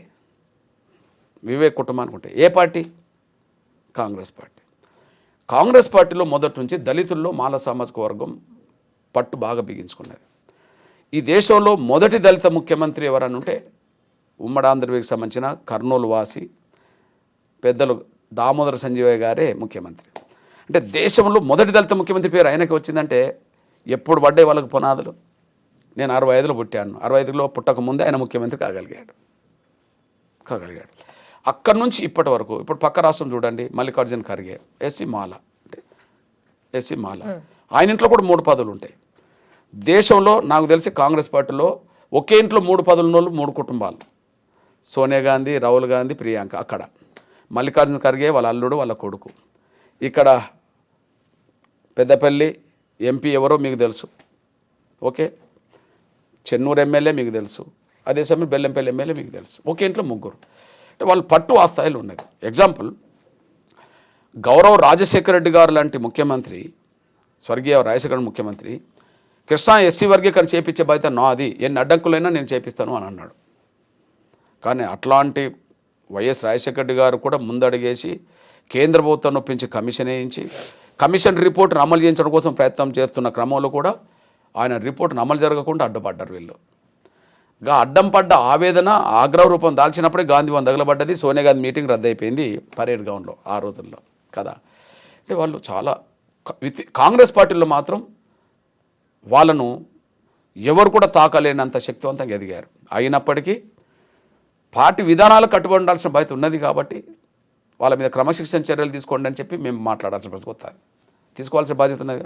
ఎందుకంటే 2018 అసెంబ్లీ ఎన్నికల్లో సోదరులు రాహుల్ గాంధీ గారు గద్వాల సభలో ఎస్సీ వర్గీకరణకు కట్టుబడి ఉన్నాం, ఎస్సీ వర్గీకరణ పూర్తి చేసే బాధ్యత మాది అని చెప్పి ఓపెన్గా సభలో మాట్లాడాడు. Voice record. 2018 అసెంబ్లీ ఎన్నికల సందర్భంగా హైదరాబాద్ ఉన్నప్పుడు ఒక హోటల్లో అది మిడ్ది ప్రెస్లో గెట్ టుగెదర్ జరిగింది, ఎడిటర్స్ మీటింగ్ జరిగింది కదా. అందులో ఎస్సీ వర్గీకరణకు కాంగ్రెస్ కట్టుబడి ఉన్నది, అన్ని పార్టీలు ఒప్పించి ఈ వర్గీకరణ సాధిస్తుందని చెప్పి ఆయన మాట్లాడిండు. ఓకే, మల్లికార్జున ఖర్గే ఇప్పుడు ప్రజెంట్ దేశానికి కాంగ్రెస్ పార్టీ అధ్యక్షుడు. చేవెళ్ళ ఎస్సీ డిక్లరేషన్ చేసింది వర్గీకరణ చేస్తామని అందులో ఉన్నది. ఓకే, ముఖ్యమంత్రి మొదటి నుంచి వర్గీకరణకు అనుకూలం. ఇవన్నీ ఉన్నాయి. మరి కాంగ్రెస్ పార్టీ ఇంత స్టాండ్ వర్గీకరణకు అనుకూలమే కాదు, అసలు ఈ దేశంలో ఎస్సీ వర్గీకరణ చేసిన మొదటి పార్టీ కాంగ్రెసే. 94లో ఎంఆర్పిఎస్ వచ్చింది, కానీ 1975లోనే ఎస్సీ వర్గీకరణ కాంగ్రెస్ ప్రభుత్వం జైల్ సింగ్ గారు ముఖ్యమంత్రి ఉన్నప్పుడు పంజాబ్లో చేశారు. అంటే ఎస్సీ వర్గీకరణకు శ్రీకారం చుట్టిందే కాంగ్రెస్ ప్రభుత్వం, అయితే అక్కడ పంజాబ్లో. మరి ఇప్పుడు ఎస్సీ వర్గీకరణకు వ్యతిరేకమని చెప్పి రోడ్ల మీద మాట్లాడుతున్న వాళ్ళ పట్ల కాంగ్రెస్ అధిష్టానం, ముఖ్యమంత్రి నిర్ణయాలు తీసుకోవాల్సిన అవసరం ఉన్నదా లేదా? ఉన్నది. వాళ్ళు ముందుకు రావాలని కోరుతున్నా. మీరు రిప్రజెంటేషన్ ఏమైనా ఇవ్వబోతున్నారా సార్? ఇదేంటిది ఇట్లా సభలు పెడుతుంటే మీరు ఊకోవడం ఏంది, అంతా అయిపోయిన తర్వాత మళ్ళీ ఇది ఏంది అని? ఖచ్చితంగా తల్లి, ముఖ్యమంత్రి గారిని ఓపెన్గానే అయితే కోరుతున్నాం. చూస్తారు కదా, media, electronic media, print media and social media, అదే సమయంలో ఇంటెలిజెన్స్ రిపోర్ట్ కూడా వెళ్ళిపోతుంది కదా. మా మంత్రి ముందు, దామోదర రాజు ముందు, అదే సమయం ఎమ్మెల్యేల ముందు మేము చెప్తున్నాం, మాకు వెంటనే అపాయింట్మెంట్ ఇవ్వకపోయినా మీకు ఎప్పటికప్పుడు మీరు ముఖ్యమంత్రి దగ్గర ఉంటారు కాబట్టి, ఇప్పుడు వర్గీకరణ సపోర్ట్ చేస్తూ వర్గీకరణ చేస్తామన్నా అదే పార్టీలో మేము వర్గీకరణ జరగనియమంటున్నప్పుడు అది న్యాయం కాదు, అది తప్పకుండా చర్యలు తీసుకోండి అని చెప్పి మీరు కోరండి అని చెప్పి మా వాళ్ళతో కూడా మాట్లాడుతున్నాం. వ్యక్తిగతంగా మీ మీద చాలా ఆరోపణలు కూడా చేశారు సార్. మాదిగ సామాజిక వర్గంకి మీరు చేసింది ఏం లేదు, మీరేదో మీ స్టేచర్ పెంచుకున్నారు, ఉద్యమం మాటున మీరు సూట్ కేసులు మోసిర్రని, ఏదో చేసిర్రని, అసలు వర్గీకరణను ఆపిందే మీరని, ఇట్లా రకరకాలుగా కూడా ఆరోపణలు వచ్చినాయి, మీకు తెలిసిందే. తల్లి, విషయం ఏంటంటే, ఏ నాయకత్వం బలంగా రాజీ లేకుండా ఉద్యమం చేస్తుందో ఆ నాయకత్వం మీద ఆధారం లేని ఆరోపణలు, నిందలు మోపడం ఎవరైనా చేయవచ్చు, పెద్ద సమస్య ఉన్నది. ఈ 30 ఏళ్ళలో ఎన్నో ఆరోపణలు, ఎన్నో నిందలు మా మీద రావచ్చు. ఎవరైనా నిరూపించిన చరిత్ర వరకు అన్నదామా? లేదు, భవిష్యత్తులో కూడా ఉండదు. ఎందుకంటే మేము విలువలతో కూడిన వ్యక్తిత్వాన్ని కాపాడుకుంటూ ముందుకు నడిపి ఈ లక్ష్యానికి దశకు మేము వచ్చేసాం. ఇక మేము అంటున్నాం, మీరు అన్నారు మాదిగలకి ఏం చేసిండ్రు అని చెప్పి. మాదిగలకే కాదు, సమాజాన్ని కూడా చేశాం, అందులో మాలాలు కూడా చేశాం. ఇప్పుడు వేదికనెక్కారు కదా తల్లి, చాలామంది వేదికనెక్కారు కదా. ఓకే, వ్యక్తిగతంగా నన్ను దూషించవచ్చు, తిట్టవచ్చు, ఏదైనా చేయవచ్చు, కానీ నేను మాలలకు చేసినంత న్యాయం వాళ్ళు చేయలేదు కదా తల్లి. ఇప్పుడు ఎవరైతే వేదికకు నాయకత్వం వహించారో వాళ్ళతో సహా చెప్తున్నా, ఎగ్జాంపుల్ చెప్తున్నా. నేను 40 ఏళ్ళ క్రితం జైలుకి వెళ్ళాను తల్లి. మా ఊరు వరంగల్ జిల్లా అంటరోడ్ శాంపేట. మా యొక్క 200-300 ఇండ్లు ఉంటాయి. మా మాలపల్లె 7-8-10 ఇండ్లు ఉంటాయి. అక్కడ ఒక అత్యాచార యత్నం ఘటన జరిగింది. మేము తట్టుకోలేక తిప్పికొట్టాం. తిప్పికొడితే మమ్మల్ని తిప్పికొడతారా అని చెప్పి ఆధిపత్య వర్గం మా మీద దాడులు చేసే ప్రయత్నం చేసింది. మేము తిరిగి దాడులు చేసే ప్రయత్నం మేము చేసాం చిన్న వయసులో. మీరు చెప్పండి, ఆ దాడులు ప్రతిఘటన దాడుల్లో మా మీద కేసులు పడ్డాయి. ఒకరు తర్వాత చనిపోయారు. మేము జైలుకి వెళ్ళాం. ఎప్పుడు తల్లి స్టోరీ? 83 అంటే 41 సంవత్సరాల క్రితం. మేము చదువుకోవడానికి ముందుకెళ్తున్న దశలో మేము చదువుకోలేకపోయాము. ఇక జైలుకి వెళ్ళాం. ఒక మాల కొమరయ్య అనే ఒక అతన్ని దారుణంగా కొట్టారు అదే సమయంలో. అంటే వాళ్ళ చెల్లె మీద అత్యాచారత్వం జరుగుతుంటే అడ్డుకున్నందుకు ఆయన కొడితే ఫిట్స్ వచ్చిన మనిషి ఎట్లయితే కొట్టుకుంటారో అట్లా కొట్టుకుంటున్న సమయంలో ఆయన ప్రొటెక్ట్ చేయడం కోసం హాస్పిటల్కి మేము తీసుకెళ్తే, మేము కొట్టేస్తే మీరు హాస్పిటల్కి తీసుకొస్తారా అని చెప్పి మా మీద దాడి చేస్తే, తిరిగి మా ఆత్మగౌరవాన్ని పరిరక్షించుకోవడానికి మేము ఎదురు దాడి చేయాల్సి వచ్చింది. గొడవలు అంటే మేము మాలల కోసమే జైలుకి వెళ్ళాం తల్లి. మరి ఎవరు జైలుకి వెళ్ళారు మాలల కోసం? నంబర్ 1. కారంచేడు ఘటన తర్వాత అతిపెద్ద ఘటన చుండూరమ్మ. ఎక్కువ మంది చనిపోయింది. 8 మంది అయితే 7 చనిపోయింది మాలలమ్మ. ఇప్పుడు వేదిక మీద మాట్లాడిన వాళ్ళకి అసలు చుండూరు అన్న తెలుసా అమ్మ? నేను చుండూరులో 6 నెలలు పడుకున్నానమ్మా మాలపల్లెలో. ఓకే అమ్మా, ప్రకాశం జిల్లా చీమకుర్తిలో 3 యశమ్మ, రాములమ్మ, అంజమ్మ అని 3 మహిళలు, మాల మహిళలే, సోదరి మనలే అత్యాచారం కూడా చంపబడ్డారమ్మా. నేను అక్కడ 9 నెలలు మాలపల్లెలో పడుకున్నానమ్మా. ఇదంతా ఎంఆర్పిఎస్ రాకముందు తల్లి. వాళ్ళకి అసలు చీమకుర్తి అన్న తెలుసా అమ్మ? కందుకూరులో బృందావనే మాలపల్లి ఉన్నదమ్మా. దాని మీద దాడి చేసి ఒకరిని చంపారమ్మా. అక్కడ నేను పోయి కాపల దాడిగా 6 నెలలు పడుకున్నానమ్మా. వీళ్ళకి ఏమన్నా తెలుసా అమ్మా? అసలు మాలలకి వీళ్ళు ఏమన్నా చేశారా? పక్కకు పెట్టమ్మా. మీరు ఒకసారి గుర్తు చేస్తున్నామ్మా, మన సుద్దాల దేవయ్య వేదిక ఎక్కాడు కదా తల్లి. ఆయన ఏమన్నాడు? చంద్రబాబు నాయుడు నేను వర్గీకరణను అడ్డు తగిలితే నన్ను మంత్రివర్గం తొలగించడానికి. మంత్రివర్గం నుంచి అందుకోసం తొలగించలేమా? ఆ రోజు ఒక మర్డర్ కేసులో ఆయన ఇరుక్కున్నట్టుగా పేపర్లకు వస్తే ఆయన బర్తరఫ్ చేసిండమ్మా. దాన్ని కూడా నేను తప్పు పట్టానమ్మా. అసలు కేసు నమోదు కాకముందు ఎట్లా తొలగిస్తామని చెప్పి నేను తప్పు పట్టానమ్మా. ఆయన పక్షాన్ని నిలబడ్డానమ్మా. ఆయనకు కూడా తెలుసు. శంకర్రావు ఎవరు బావమ్మా? వ్యక్తిగతంగా మా బావ కాదు, ఆ మీటింగ్ పెట్టిన ఆయన బావమ్మా. మరి మంత్రి ఉన్న హోదాలోనే, మంత్రిగా ఉన్నప్పుడే ఎల్బీ నగర్లో అప్పుడు సబితాయింద్రెడ్డి గారి కొడుకు వాళ్ళ మనుషులు దారుణంగా కొట్టారు కదమ్మా. ఆయనను పరిగెత్తించి కొడితే ఆయన పక్కన నిలబడి ఆయన ఆత్మగౌరవాన్ని కాపాడే విధంగా, దళితుల అస్తిత్వాన్ని నిలబెట్టే విధంగా ఆయన కండగా నిలబడ్డది ఎవరమ్మా? సొంత భావకు అవమానం జరిగినప్పుడు, అన్యాయం జరిగినప్పుడు, దాడి జరిగినప్పుడు వీళ్ళు ఎక్కడున్నారమ్మా? లేరు కదా తల్లి. ఓకే, గీతారెడ్డి ఎవరమ్మా? మా మాల సమత్కూరుగా మా సోదరే. తెలంగాణ ఉద్యమం జరుగుతున్న పీక్ స్టేజ్లో కోదండరామ్ గారు ఒక మాట అన్నాడు. జైరాబాద్ వెళ్ళింది. గీతమ్మకు కర్రగాచి వాత వెళ్తేనే తెలంగాణ వస్తుంది అన్నాడు. సబితాయింద్రెడ్డి గారి నియోజకవర్గానికి వెళ్ళిండమ్మా, ఆ మాట అనలే. డికే అరుణ గారి మీటింగ్కి వెళ్ళి అది గద్వాలకి వెళ్ళిండమ్మా, ఆ మాట అనలే. సునీతా లక్ష్మణరెడ్డి ఉన్నదమ్మా అప్పుడు మంత్రి, నర్సపూర్ వెళ్ళిండమ్మా, ఆ మాట అనలే. కానీ జహీరాబాద్ వెళ్ళినప్పుడు వీళ్ళు 4 మహిళలమ్మా అప్పుడు మంత్రివర్గం. ఆ 3 దగ్గరికి వెళ్ళినప్పుడు ఆ మాట అనలేదు. కానీ గీతారెడ్డి దగ్గరికి వెళ్ళినప్పుడు ఆ మాట అన్నాడమ్మా. మేము దళితులు ఇరుచుకోబడ్డామమ్మా, ఆయన ఇంటి మీద ధర్నా చేశామమ్మా, క్షమాపణ చెప్పించామమ్మా. ఆమె మాలేనమ్మా. మీకు తెలుసమ్మా, ఢిల్లీలో ఒక తమ్ముడు రామరెడ్డి ఎవరో చనిపోయిండమ్మా ఆత్మహత్య చేసుకున్నప్పుడు. ఢిల్లీలో ఆత్మహత్య చేసుకున్నాం. ఆ డెడ్ బాడీని ఆంధ్రప్రదేశ్ భవన్లో పెట్టాలనుకున్నప్పుడు అక్కడ అధికారులు రానియలేమా. అప్పుడు మన హరీష్ రావు గారు అక్కడ ఉండబడే చంద్రరావు అనే ఒక మాల ఆఫీసర్ని దారుణంగా కొట్టాడమ్మా. మీ అందరికి తెలుసా? ఉద్యమం టైంలో కొట్టాడమ్మా. నంబర్ 1 ఐఏఎస్ ఆఫీసరు వద్దని చెప్తే 2వ ఆఫీసర్ ఆపిండమ్మా.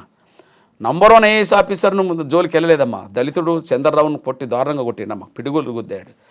మరి ఆ విషయంలో కూడా రోడ్డు మీదకి వచ్చి ధర్నా చేసి ఆయనతో క్షమాపణ చెప్పించింది ఎంఆర్పిఎస్నమ్మా.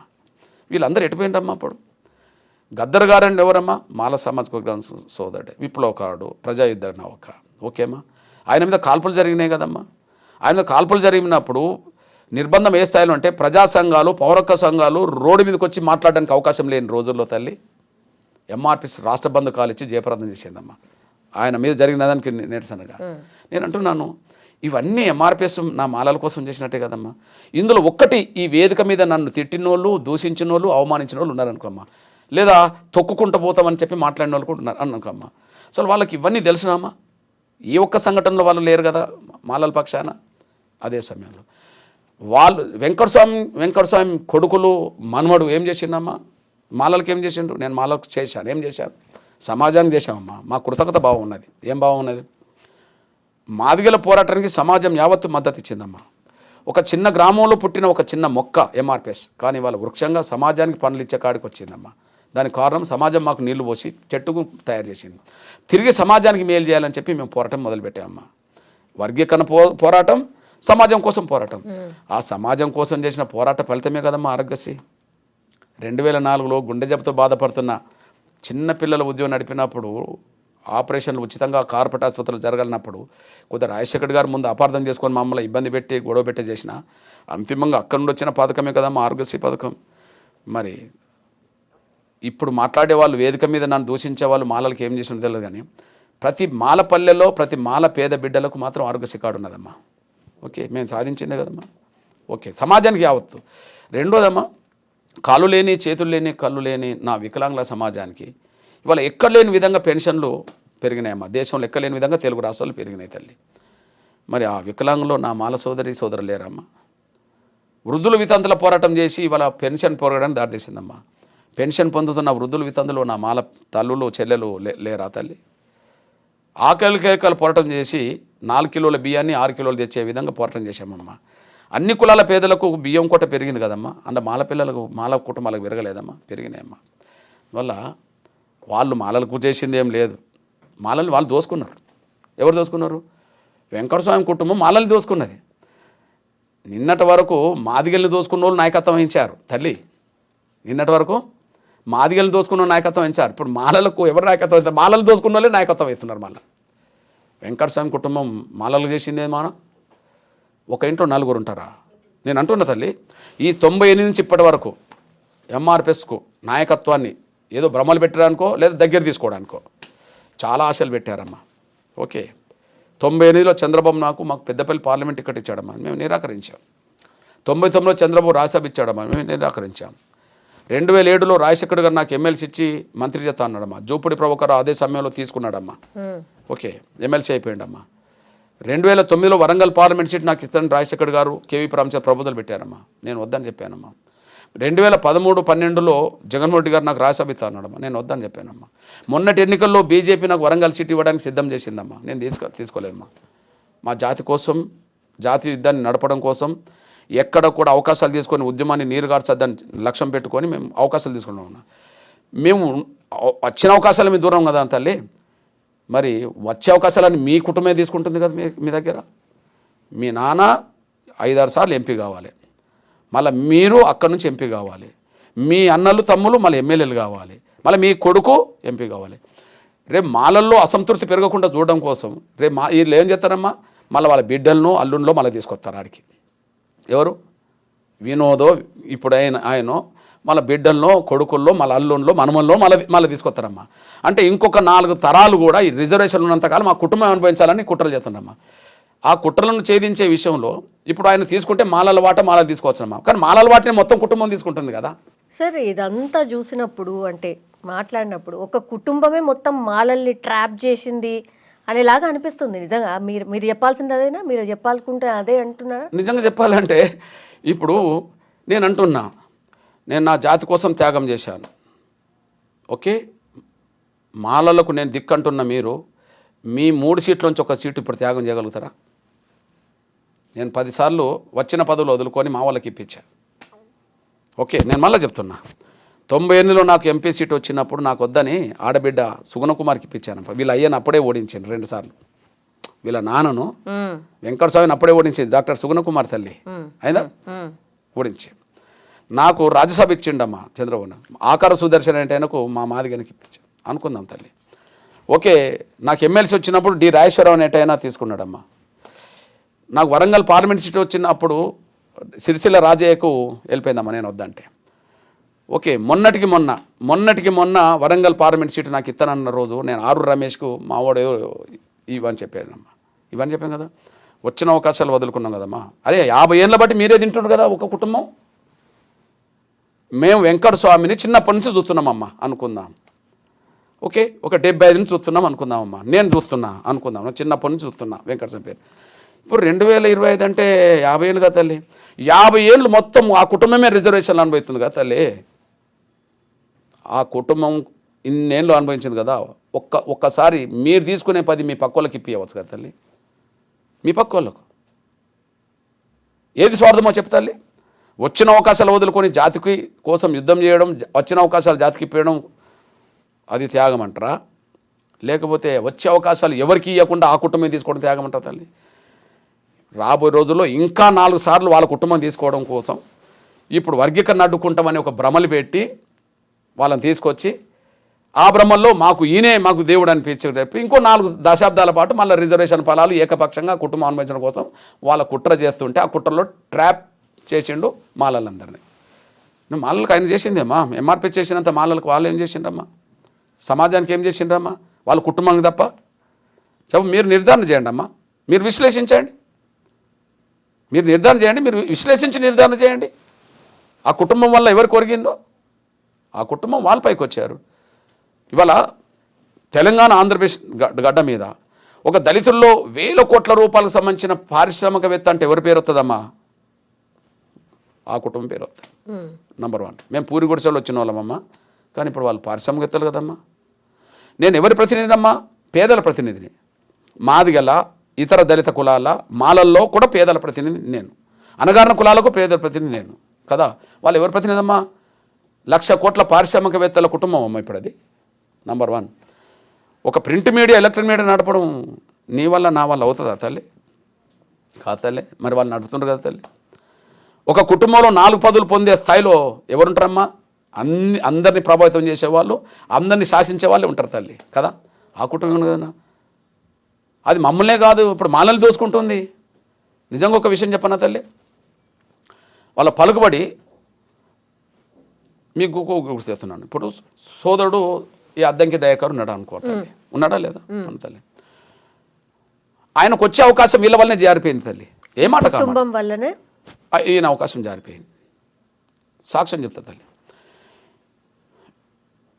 ఇప్పుడు మేము మాలలము అని వస్తుండు కదా, ఇప్పుడు చింపుకొని మొత్తం బట్టలంతా చింపుకొని మేము మాలను మొత్తుండు కదా. అంతో ఇంతో మాల మహానాడు అంటే తెలంగాణ గడ్డ మీద అద్దంకి దయాకరే కదమ్మా. వాస్తవమా కదా? నంబర్ 1 అంతేనా?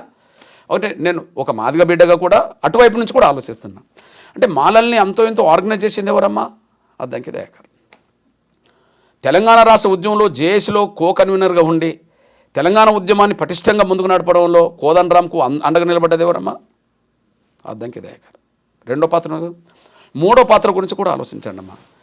ఓకే, బీఆర్ఎస్ ప్రభుత్వంలో కొంత నిర్బంధాలు ఎదుర్కొని ప్రజల పక్షాన కొట్లాడి కాంగ్రెస్ ప్రభుత్వం ఏర్పాటులో కూడా ఒక సమర్థవంతమైన దళితుడు, ఒక మాల సోదరుడిగా పాల్గొన్నది ఎవరమ్మా? అద్దంకి దయాకర్. మరి ఆయనకు ఒక ఎమ్మెల్యే టికెట్ ఎందుకు రాలేదమ్మా? ఒక కుటుంబంలో 3 టికెట్లు తెచ్చుకున్నారు కదా, ఒక ఎమ్మెల్యే ఎందుకు రాలేదమ్మా? మీరు చెప్పండి. కోమటిరెడ్డి వెంకటరెడ్డి కుటుంబం వల్ల రాలేదు అనేది ఒక చర్చ సార్.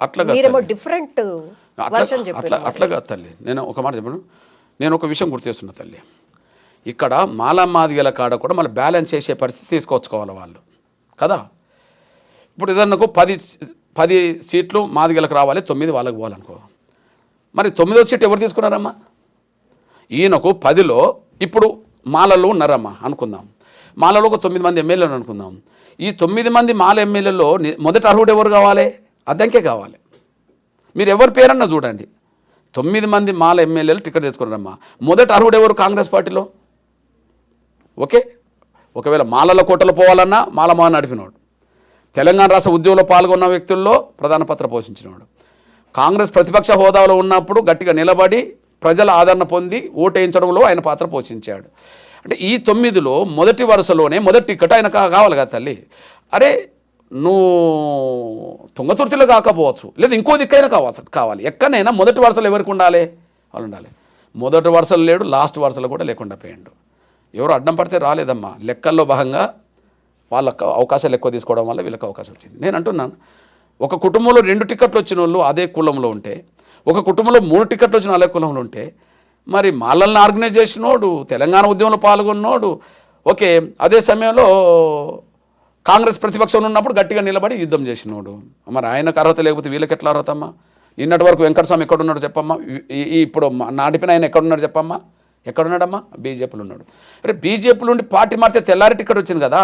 మరి 2 దశాబ్దాలకు పైగా ఉద్యమం పేరుతో ఉన్నోడు, తెలంగాణ ఉద్యమంలో ఉన్నోడు, పార్టీని బతికించే ప్రయత్నం చేసినోడికి టికెట్ రాకపోవడానికి కారణం చెప్పమ్మా? నిన్నటి వరకు ఏ పార్టీలో ఉన్నాడమ్మా? లేడు కదా. గతంలో బీఆర్ఎస్, తర్వాత బీజేపీ, ఇప్పుడు కాంగ్రెస్, అంతే కదా? తండ్రి ఉన్నప్పుడు ముందు కాంగ్రెస్ అనుకుందాం. కాంగ్రెస్. ఓకే, తండ్రి ఉన్నప్పుడు కాంగ్రెస్ అనుకుందాం. అవును. మధ్యలో బీఆర్ఎస్ పోయింది కదా, మొన్న బీజేపీ పోయింది కదా, అవును. మళ్ళీ ప్లేట్ పారాయించి మళ్ళీ ఈడికి వచ్చాడు కదా. ఇప్పుడు నిజంగా మాలల కోసమైనా గట్టిగా నిలబడే నాయకత్వం ఉండాలని నేను కోరుతా. వర్గీకరణ వ్యతిరేకం కాదు, మాలల బావు కోసం. మాలలకు ఏదైనా నష్టం జరిగితే ఆ నష్టాన్ని పూర్తి చేయడం కోసం మాలల్లో కూడా ఒక బలమైన నాయకత్వం ఎదగాలి నేను కోరుకుంటా. ఒక సోదర దళితుడిగా నేను కోరుకుంటా. నేను ఒకసారి అద్దంకి దయాకర్ని అడగానమ్మా, మీరు అడగండి ఎప్పుడన్నా సందర్భం వస్తే. సామాజిక తెలంగాణ అంటున్న క్రమంలో కేసీఆర్కు నాకు కొత్త గొడవలు జరిగినాయమ్మా. అప్పుడు నేను బయటకు వచ్చాను. నేను బయటకు వచ్చినప్పుడు కూడా చెప్పాను, నేను బయట దళితుల వాయిస్ వినిపిస్తా, లోపల పొలిటికల్ చేసిలో నువ్వు కూడా దళితుల వాయిస్ నెమ్మదిగా అందులో చొరబెట్టేట్టు చూసుకో. నువ్వు నా ఎంబడి బయటికి రాకు, నువ్వు అక్కడ బలపడు. నేను బయట ప్రజల వాడిని నేను వినిపిస్తా, మన దళితుల వాడిని నేను వినిపిస్తా, కానీ లోపల ఎవరో ఒక నాయకుడు ఉండాలి కాబట్టి నువ్వే ఉండు దయా అని చెప్పాను. మీరు ఒక్కసారి అడగండి తల్లి. అంటే నేను నా సోదర వర్గాన్ని కూడా ఎంకరేజ్ చేయాలి కదా తల్లి. అంతేకాదు, దళితుల్లో ఇప్పుడు ఎన్ని కుల సంఘాలు ఉన్నాయో అన్ని కుల సంఘాలు ఎంఆర్పీస్ పెట్టించిందమ్మా. అంటే ఏ ఒక్క కుల సంఘం మీద ఇంకో కులం ఆధారపడద్దు. అది 5 లక్షల జనాభా కులం కావచ్చు, 50,000 జనాభా కులం కావచ్చు, 10,000 జనం కులం కావచ్చు. ప్రతి కులానికి ఒక అస్తిత్వం ఉండాలమ్మా, ప్రతి కులానికి ఒక నాయకత్వం ఎదగాలమ్మా అని చెప్పి ఎంఆర్పీఎస్ వచ్చిన తర్వాత దళితుల్లో చాలా కుల సంఘాలు ఎంఆర్పీఎస్ పెట్టించిందమ్మా. ఇవాళ నాయకత్వం ఎదుగుతున్నదమ్మా. వాళ్ళకి నేను అంటున్నా, అంటే మనం పెద్ద మనసు చేసుకోకపోతే, మన విశాల దృక్పథం లేకపోతే ఇతర అవకాశాలు మనమే దోసుకోవాలని ఆలోచన వస్తుంది. కొద్దిగా పెద్ద మనసు ఉండి విశాల దృక్పథం ఉంటే మనతో పాటు అందరు బాగుపడాలని ఆలోచన వస్తుంది. ఎంఆర్పీఎస్ ఎప్పుడు తన జాతికి న్యాయం జరగాలని కోరుతూనే సమాజంలో అందరు బాగుపడాలని కోరుకుంటున్న ఉద్యమం. అందుకనే అందరి అభిమానం చూరగొన్న ఉద్యమం ఎంఆర్పీఎస్ అమ్మ. నిజంగా మొన్న జరిగినటువంటి సభ సార్, అదొక ఆర్గనైజ్డ్ సభ అని మీరు ఇంతకు ముందే అన్నారు. అంత సంఖ్యలో వస్తారా ఆర్గనైజ్ చేసిన వాళ్ళు? అంత గట్టిగా మాట్లాడతారా? ఒక విషయం మీ దృష్టికి తీసుకొస్తున్న తల్లి, మీరు వచ్చండి. కొన్ని వేల గ్రామాలకు ఒకటే బ్యానర్ వెళ్తుందమ్మా, కొన్ని వందల గ్రామాలకు వాహనాలు ప్రత్యేకంగా సమకూర్చబడతాయమ్మా. ప్రధాన నాయకత్వానికి ఆర్థికంగా వనరులు వెళ్తాయమ్మా. అంతకంటే ముఖ్యంగా మాదిగల కంటే ఉద్యోగస్తుల సంఖ్య అక్కడ ఎక్కువమ్మా. ఎక్కడ మాదిగల కంటే ఉద్యోగస్తుల సంఖ్య మాలలు ఎక్కువమ్మా. మాల ఉద్యోగస్తులు మాల సామాన్య ప్రజలను ఎట్లా ఇబ్బంది పెడతారంటే, ఏబిసిడి జరిగితే మనకు ఉద్యోగాలే రావు అని చెప్పి. అసలు ఏబిసిడి జరగకపోతే వాళ్ళ బిడ్డలకు ఉద్యోగాలు వస్తాయని వాళ్ళకి తెలుసు. సామాన్య పేద మాలల పిల్లల గురించి కాదు వాళ్ళ ఆలోచన. ఏబిసిడి జరగలేదనుకో ఉద్యోగస్తుల పిల్లలకే ఉద్యోగస్తులు వస్తాయి, అంతే కదా. అది మనసులో పెట్టుకొని ఊర్లో ఉన్న వాళ్ళందరూ తరలించుకోవడానికి ఉద్యోగస్తులకు అవకాశం వచ్చింది కదమ్మా. ఒక 4,000 మంది ఉద్యోగస్తులు ఉన్నారనుకో తల్లి, 4,000 గ్రామాలు తరలితే కదా తల్లి. వాళ్ళకి ఏంది, మా పిల్లలే బాగుపడాలనే ఆలోచనతో ఉద్యోగస్తులు ఉన్నప్పుడు, మాల ఉద్యోగస్తులు ఉన్నప్పుడు తరలించుకోవడానికి వెళ్ళదు. సమస్య ఏం తల్లి? అందులో డబ్బు ఉన్నది, రాజకీయ పలుకుబడి ఉన్నది, ఉద్యోగ వర్గం ఉన్నది, అంతేనా, తరలించుకోవడానికి అవకాశం ఉన్నది. కానీ ఒక చెలో పిలుపునిస్తే లక్షలాది మంది తరలించేది ఎవరమ్మా? ఎంఆర్పీఎస్. కూలి చేసుకున్న డబ్బులతోటో లేదా సమాజం అందించిన సహకారంతో ఎవరికి వాళ్ళు తరలి రావాల్సిందే. ఎంఆర్పీఎస్ ఉద్యమంలో 30 ఏళ్ళు అట్లా జరిగింది తల్లి. మరి ఇది అట్లా కాదు కదా తల్లి. ఒక పేద కుటుంబంలో వచ్చిన బిడ్డగా చెలో పిలుపునిస్తాం, 30 ఏళ్ళు ఇచ్చాం. మరి మన పిలుపునిచ్చిన వాళ్ళు ఎవరమ్మా?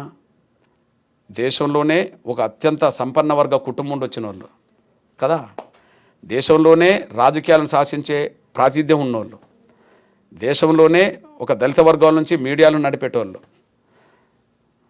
వాళ్ళు వాళ్ళ ప్రయోజనాల కోసం, మాలల్ని పక్కదారి పట్టించడం కోసం, మాలలు మా ఎన్నుకున్నారని నమ్మించడం కోసం, రాబోయే అవకాశాలు మాలలకు ఇవ్వకుండా మళ్ళీ వాళ్ళు దోసుకోవడం కోసం. నేను అంటున్నా, మాట్లాడమనండి, 3 ఉన్నాయి. ఒక అవకాశం ఇంకొక మాలకి ఇప్పి అంటే నేను అభినందిస్తాను. సవాలా సార్ ఇది? సవాలే, అభినందిస్తా అంటున్నా కదా, తప్పే. ఆ మాలల నుంచి ఇంకొక వేరే మాలకు వచ్చినప్పుడు, ఒక కుటుంబం నుంచి ఇంకో మాలకు వచ్చినప్పుడు నేను అభినందిస్తా. ఇప్పుడు నేను మాదిగానే తల్లి, నేను అద్దంకి దయాకర్ గురించి ఎందుకు మాట్లాడాలి తల్లి? అంతో ఎంతో వర్గీకరణకు వ్యతిరేకంగా పుట్టిన మాల మహానాడు నుండి వచ్చినోడే.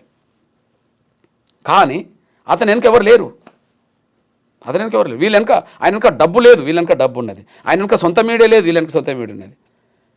జాతీయ స్థాయిని ప్రభుత్వం చేసే శక్తి వాళ్ళకు ఉన్నది, ఆయనకు లేదు కదా. మరి ఎవరికి అన్యాయం జరిగినట్టు తల్లి? నిజమైన పోరాట నాయకుడికైతే అన్యాయం జరిగినట్టే కదా, పలుకుబడే కదా వాళ్ళకి అన్యాయం చేసింది. అందువల్ల వెంకటస్వామి కుటుంబము మాదిగలకు అన్యాయం చేయడమే కాదు, మాలలు కూడా అన్యాయం చేస్తున్నాయి. ఆ అన్యాయం చేస్తున్నదని పసిగట్టకుండా చేయడం కోసం వీళ్ళని ఆర్గనైజ్ చేసుకున్నారు అంతే. చెప్పండి, ఈ వెంకటస్వామి కుటుంబం వల్ల కూడా మాలలకు అన్యాయం జరుగుతుందని అర్థం కాకముందే నేను వర్గీకరణను అడ్డుకోవడానికి ప్రయత్నం చేస్తున్నానని చెప్పి ఆ వర్గీకరణ వ్యతిరేక భావంతో కూడగట్టుకున్నాడు. అది అంతిమంగా ఏనాడైనా ఆయన స్వార్థం బయటపడక తప్పదు. యా, ఎస్సీ వర్గీకరణ జరిగితే సార్ ఎట్లా పూర్తిగా అంటే మీరు అనుకున్నట్టుగా మొత్తం మారిపోతుందా? మీరు కోరినట్టుగా పూర్తిగా స్ట్రక్చర్ అవుతుందా? తల్లి, విషయం ఏంటంటే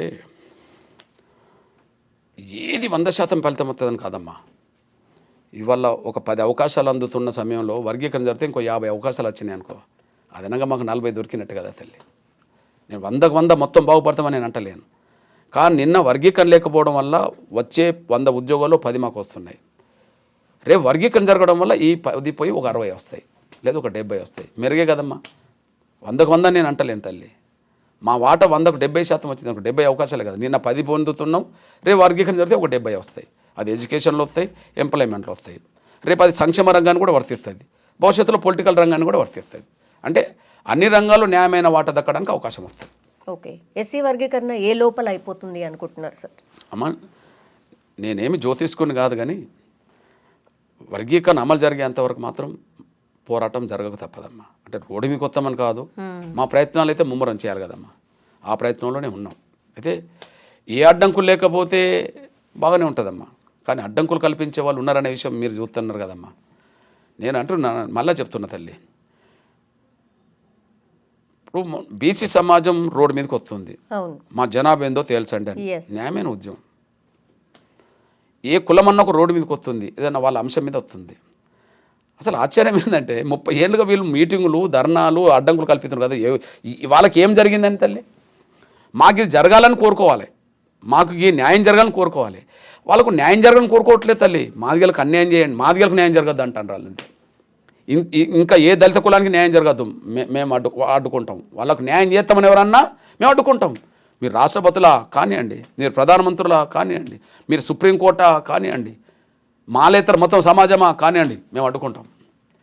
ఎవరైనా వాళ్లకు మేలు జరగాలని కోరుకోవచ్చు, కానీ వీళ్ళు ఇతరులకు మేలు జరగద్దని కోరుతారు. ఇది విచిత్రమైన సందర్భం, సన్నివేశం. అంబేద్కర్ వారసులు ఎవరు అంటే ఏం చెప్తారు సార్? ఆయన ఒక మాట చెప్పాడు. ఏమన్నాడు?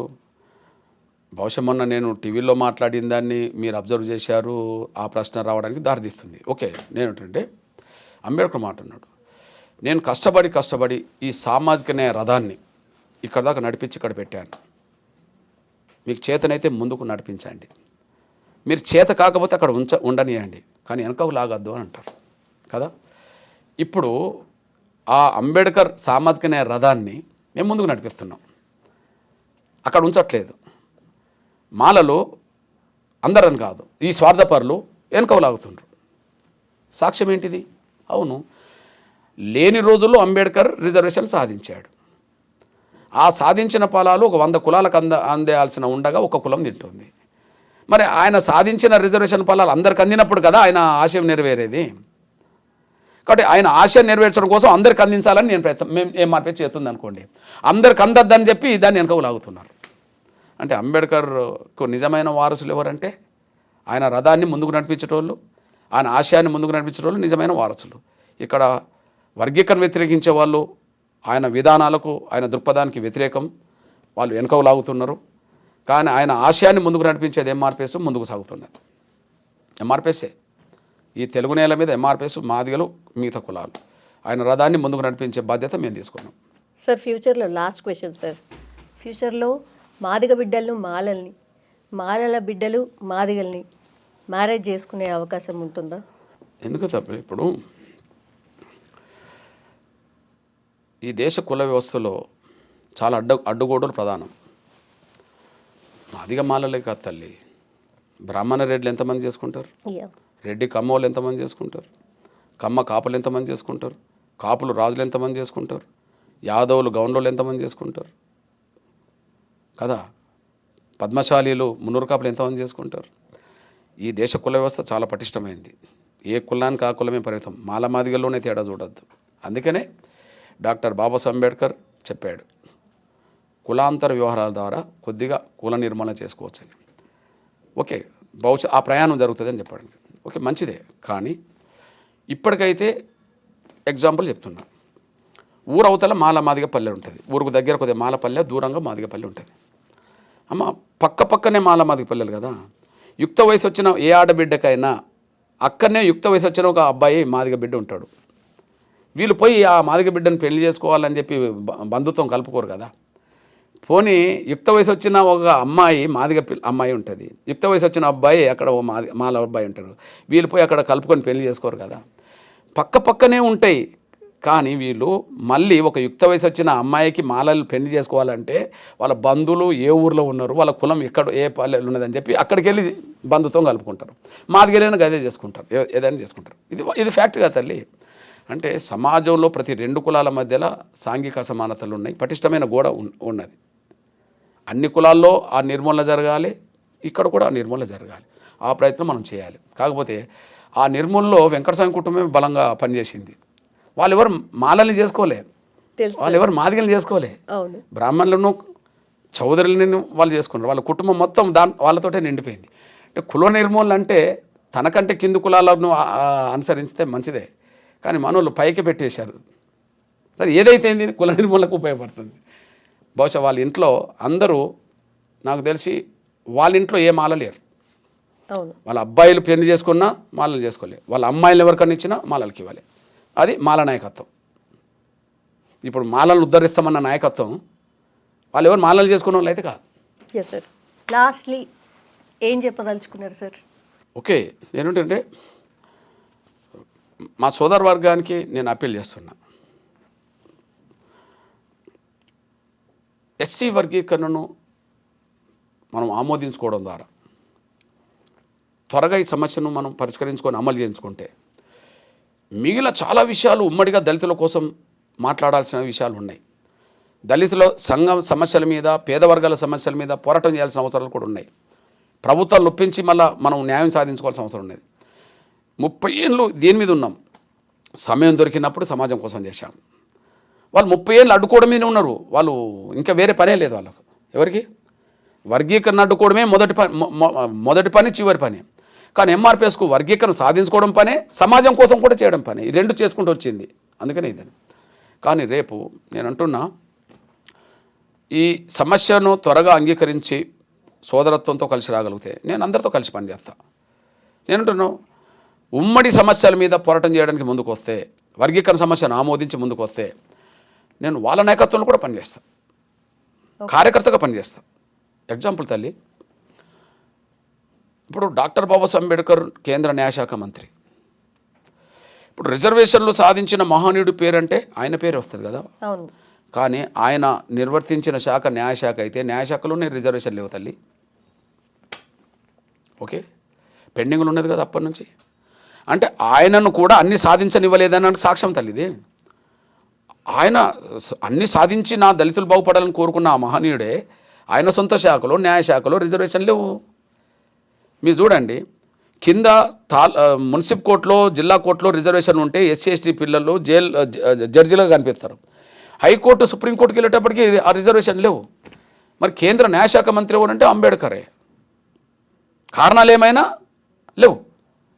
మరి అది పూర్తి చేసుకోవాల్సిన బాధ్యత, ఆ లోటును పూరించాల్సిన బాధ్యత మన తర మీద లేదా? ఓకే, పార్లమెంట్ అంటే లోక్సభ, రాజ్యసభ తల్లి. మరి లోక్సభలో ఎస్సీ ఎస్టీలకు రిజర్వేషన్లు ఉన్నాయి, రాజ్యసభలో ఎందుకు లేవు తల్లి? లోక్సభలో ఉంటే ఇప్పుడు 3 ఎస్సీలకు ఉన్నాయి తల్లి. ఇక్కడ తెలంగాణలో ఉన్నాయా? 3 ఎస్సీలకు ఉన్నాయి, పెద్దపల్లి, నాగర్ కర్నూలు, వరంగల్. ఎస్టీలకు 2 ఉన్నాయి తల్లి, మహబూబాద్, ఆదిలాబాద్ 5.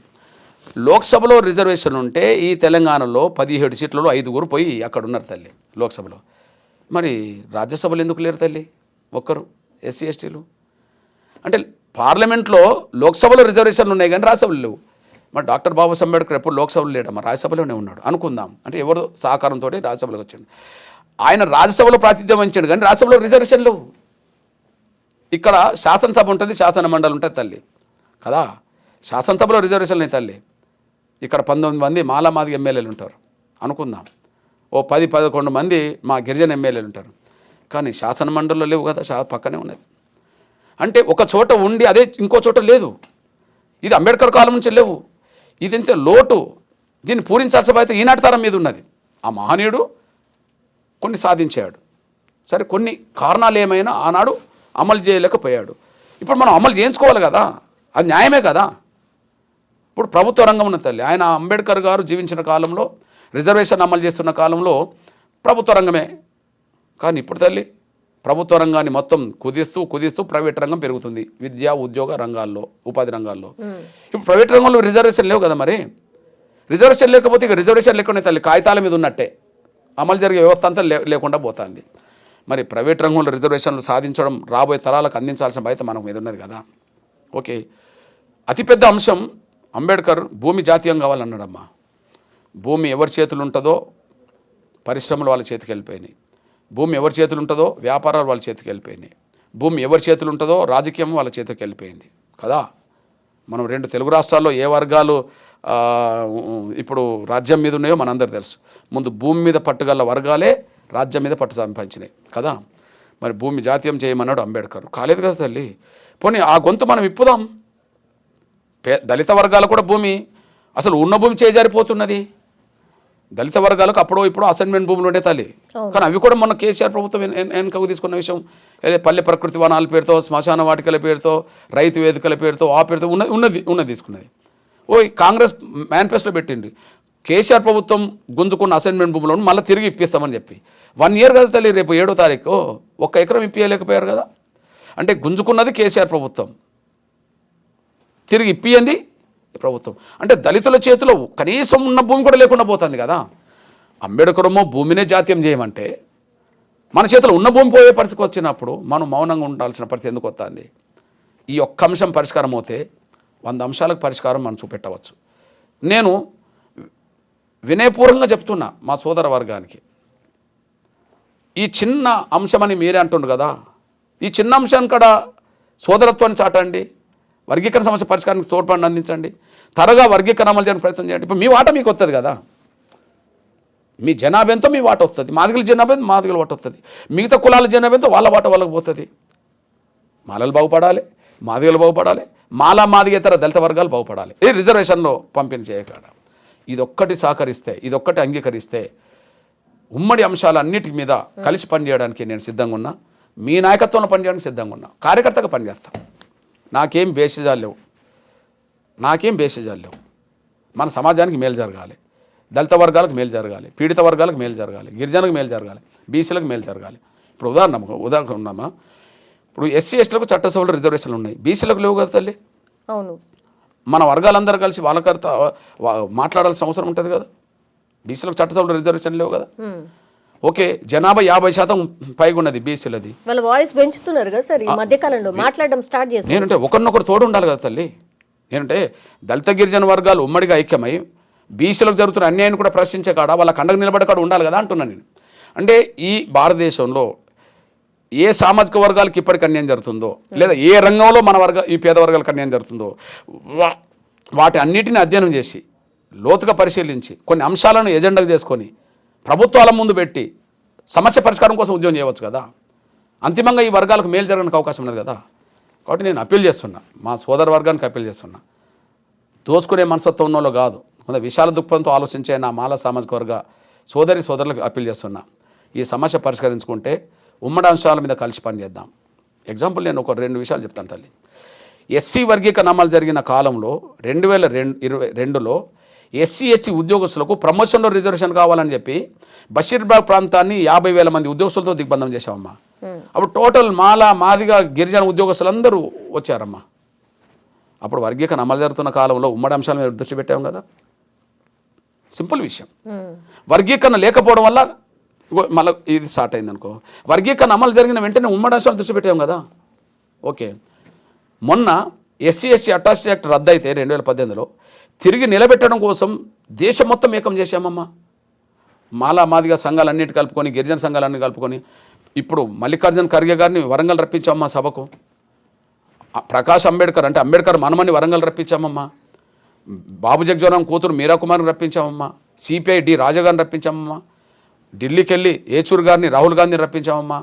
అంటే మనం కలిసి ఉంటే ఉమ్మడి అంశాలు పరిష్కారం అవుతాయనికి ఒక సాక్ష్యం అమ్మా. పోనీ ఎంఆర్పిఎస్ సొసైటీ కోసం కూడా ఏ సమయం దొరికినా సొసైటీ గురించి ఆలోచిస్తామమ్మా. ఎందుకంటే మాకు శక్తినిచ్చింది సొసైటీ. అన్ని వర్గాల మద్దతుతోటే ఎంఆర్పిఎస్ నిలబడుతూ ఇంత దూరం వచ్చింది. తిరిగి సమాజానికి చేసే ప్రయత్నంలో ఎన్నో ఉద్యమాలు చేసి ఫలితాలు సాధించామమ్మా. నిజంగా గర్వకారణం ఏంటంటే ఈ దేశంలో ఎక్కర్లేని పోరాటాలు ఇక్కడ జరిగినాయమ్మా. తెలుగు నేల మీద సమాజం కోసం ఎక్కర్లేని ఫలితాలు పథకాలు ఇక్కడ వచ్చినాయమ్మా. నీకు ఆరోగ్యశ్రీ పథకం ఏ రాష్ట్రంలో ఉండదమ్మా. నీకు వికలాంగుల పెన్షన్ ఈ స్థాయిలో ఏ రాష్ట్రంలో ఉండదమ్మా. ఓల్డేజ్ పెన్షన్, విడోస్ పెన్షన్, ఇతరత పెన్షన్ ఈ స్థాయిలో ఎక్కడ ఉండదమ్మా. తెల్ల రేషన్ కార్డు ఇక్కడ 6 కిలోలు అమ్మా. దేశంలో ఎక్కడ 6 కిలోలు ఉన్నాయమ్మా. ఇవన్నీ పోరాట ఫలితాలమ్మా. ఎవరు చేశారంటే ఎంఆర్పిఎస్. ఎందుకు చేసింది? ఎంఆర్పిఎస్ బలపడడానికి సమాజం తోడున్నది. శక్తి ఎంఆర్పిఎస్కి ఎదిగినప్పుడు మళ్ళీ తిరిగి సమాజానికి మేలు జరగాలి.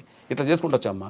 మీరు కొంత సోదరత్వాన్ని చాటే ప్రయత్నం నా సోదరవర్గం చేయగలిగితే, శత్రుత్వాన్ని పెంచుకోకుండా ఉండగలిగితే ఖచ్చితంగా ఉమ్మడి పోరాటాలు చేయడానికి మనం సిద్ధంగా ఉన్నాం. మీ నాయకత్వం చేయడానికి నేను సిద్ధంగా ఉన్నా.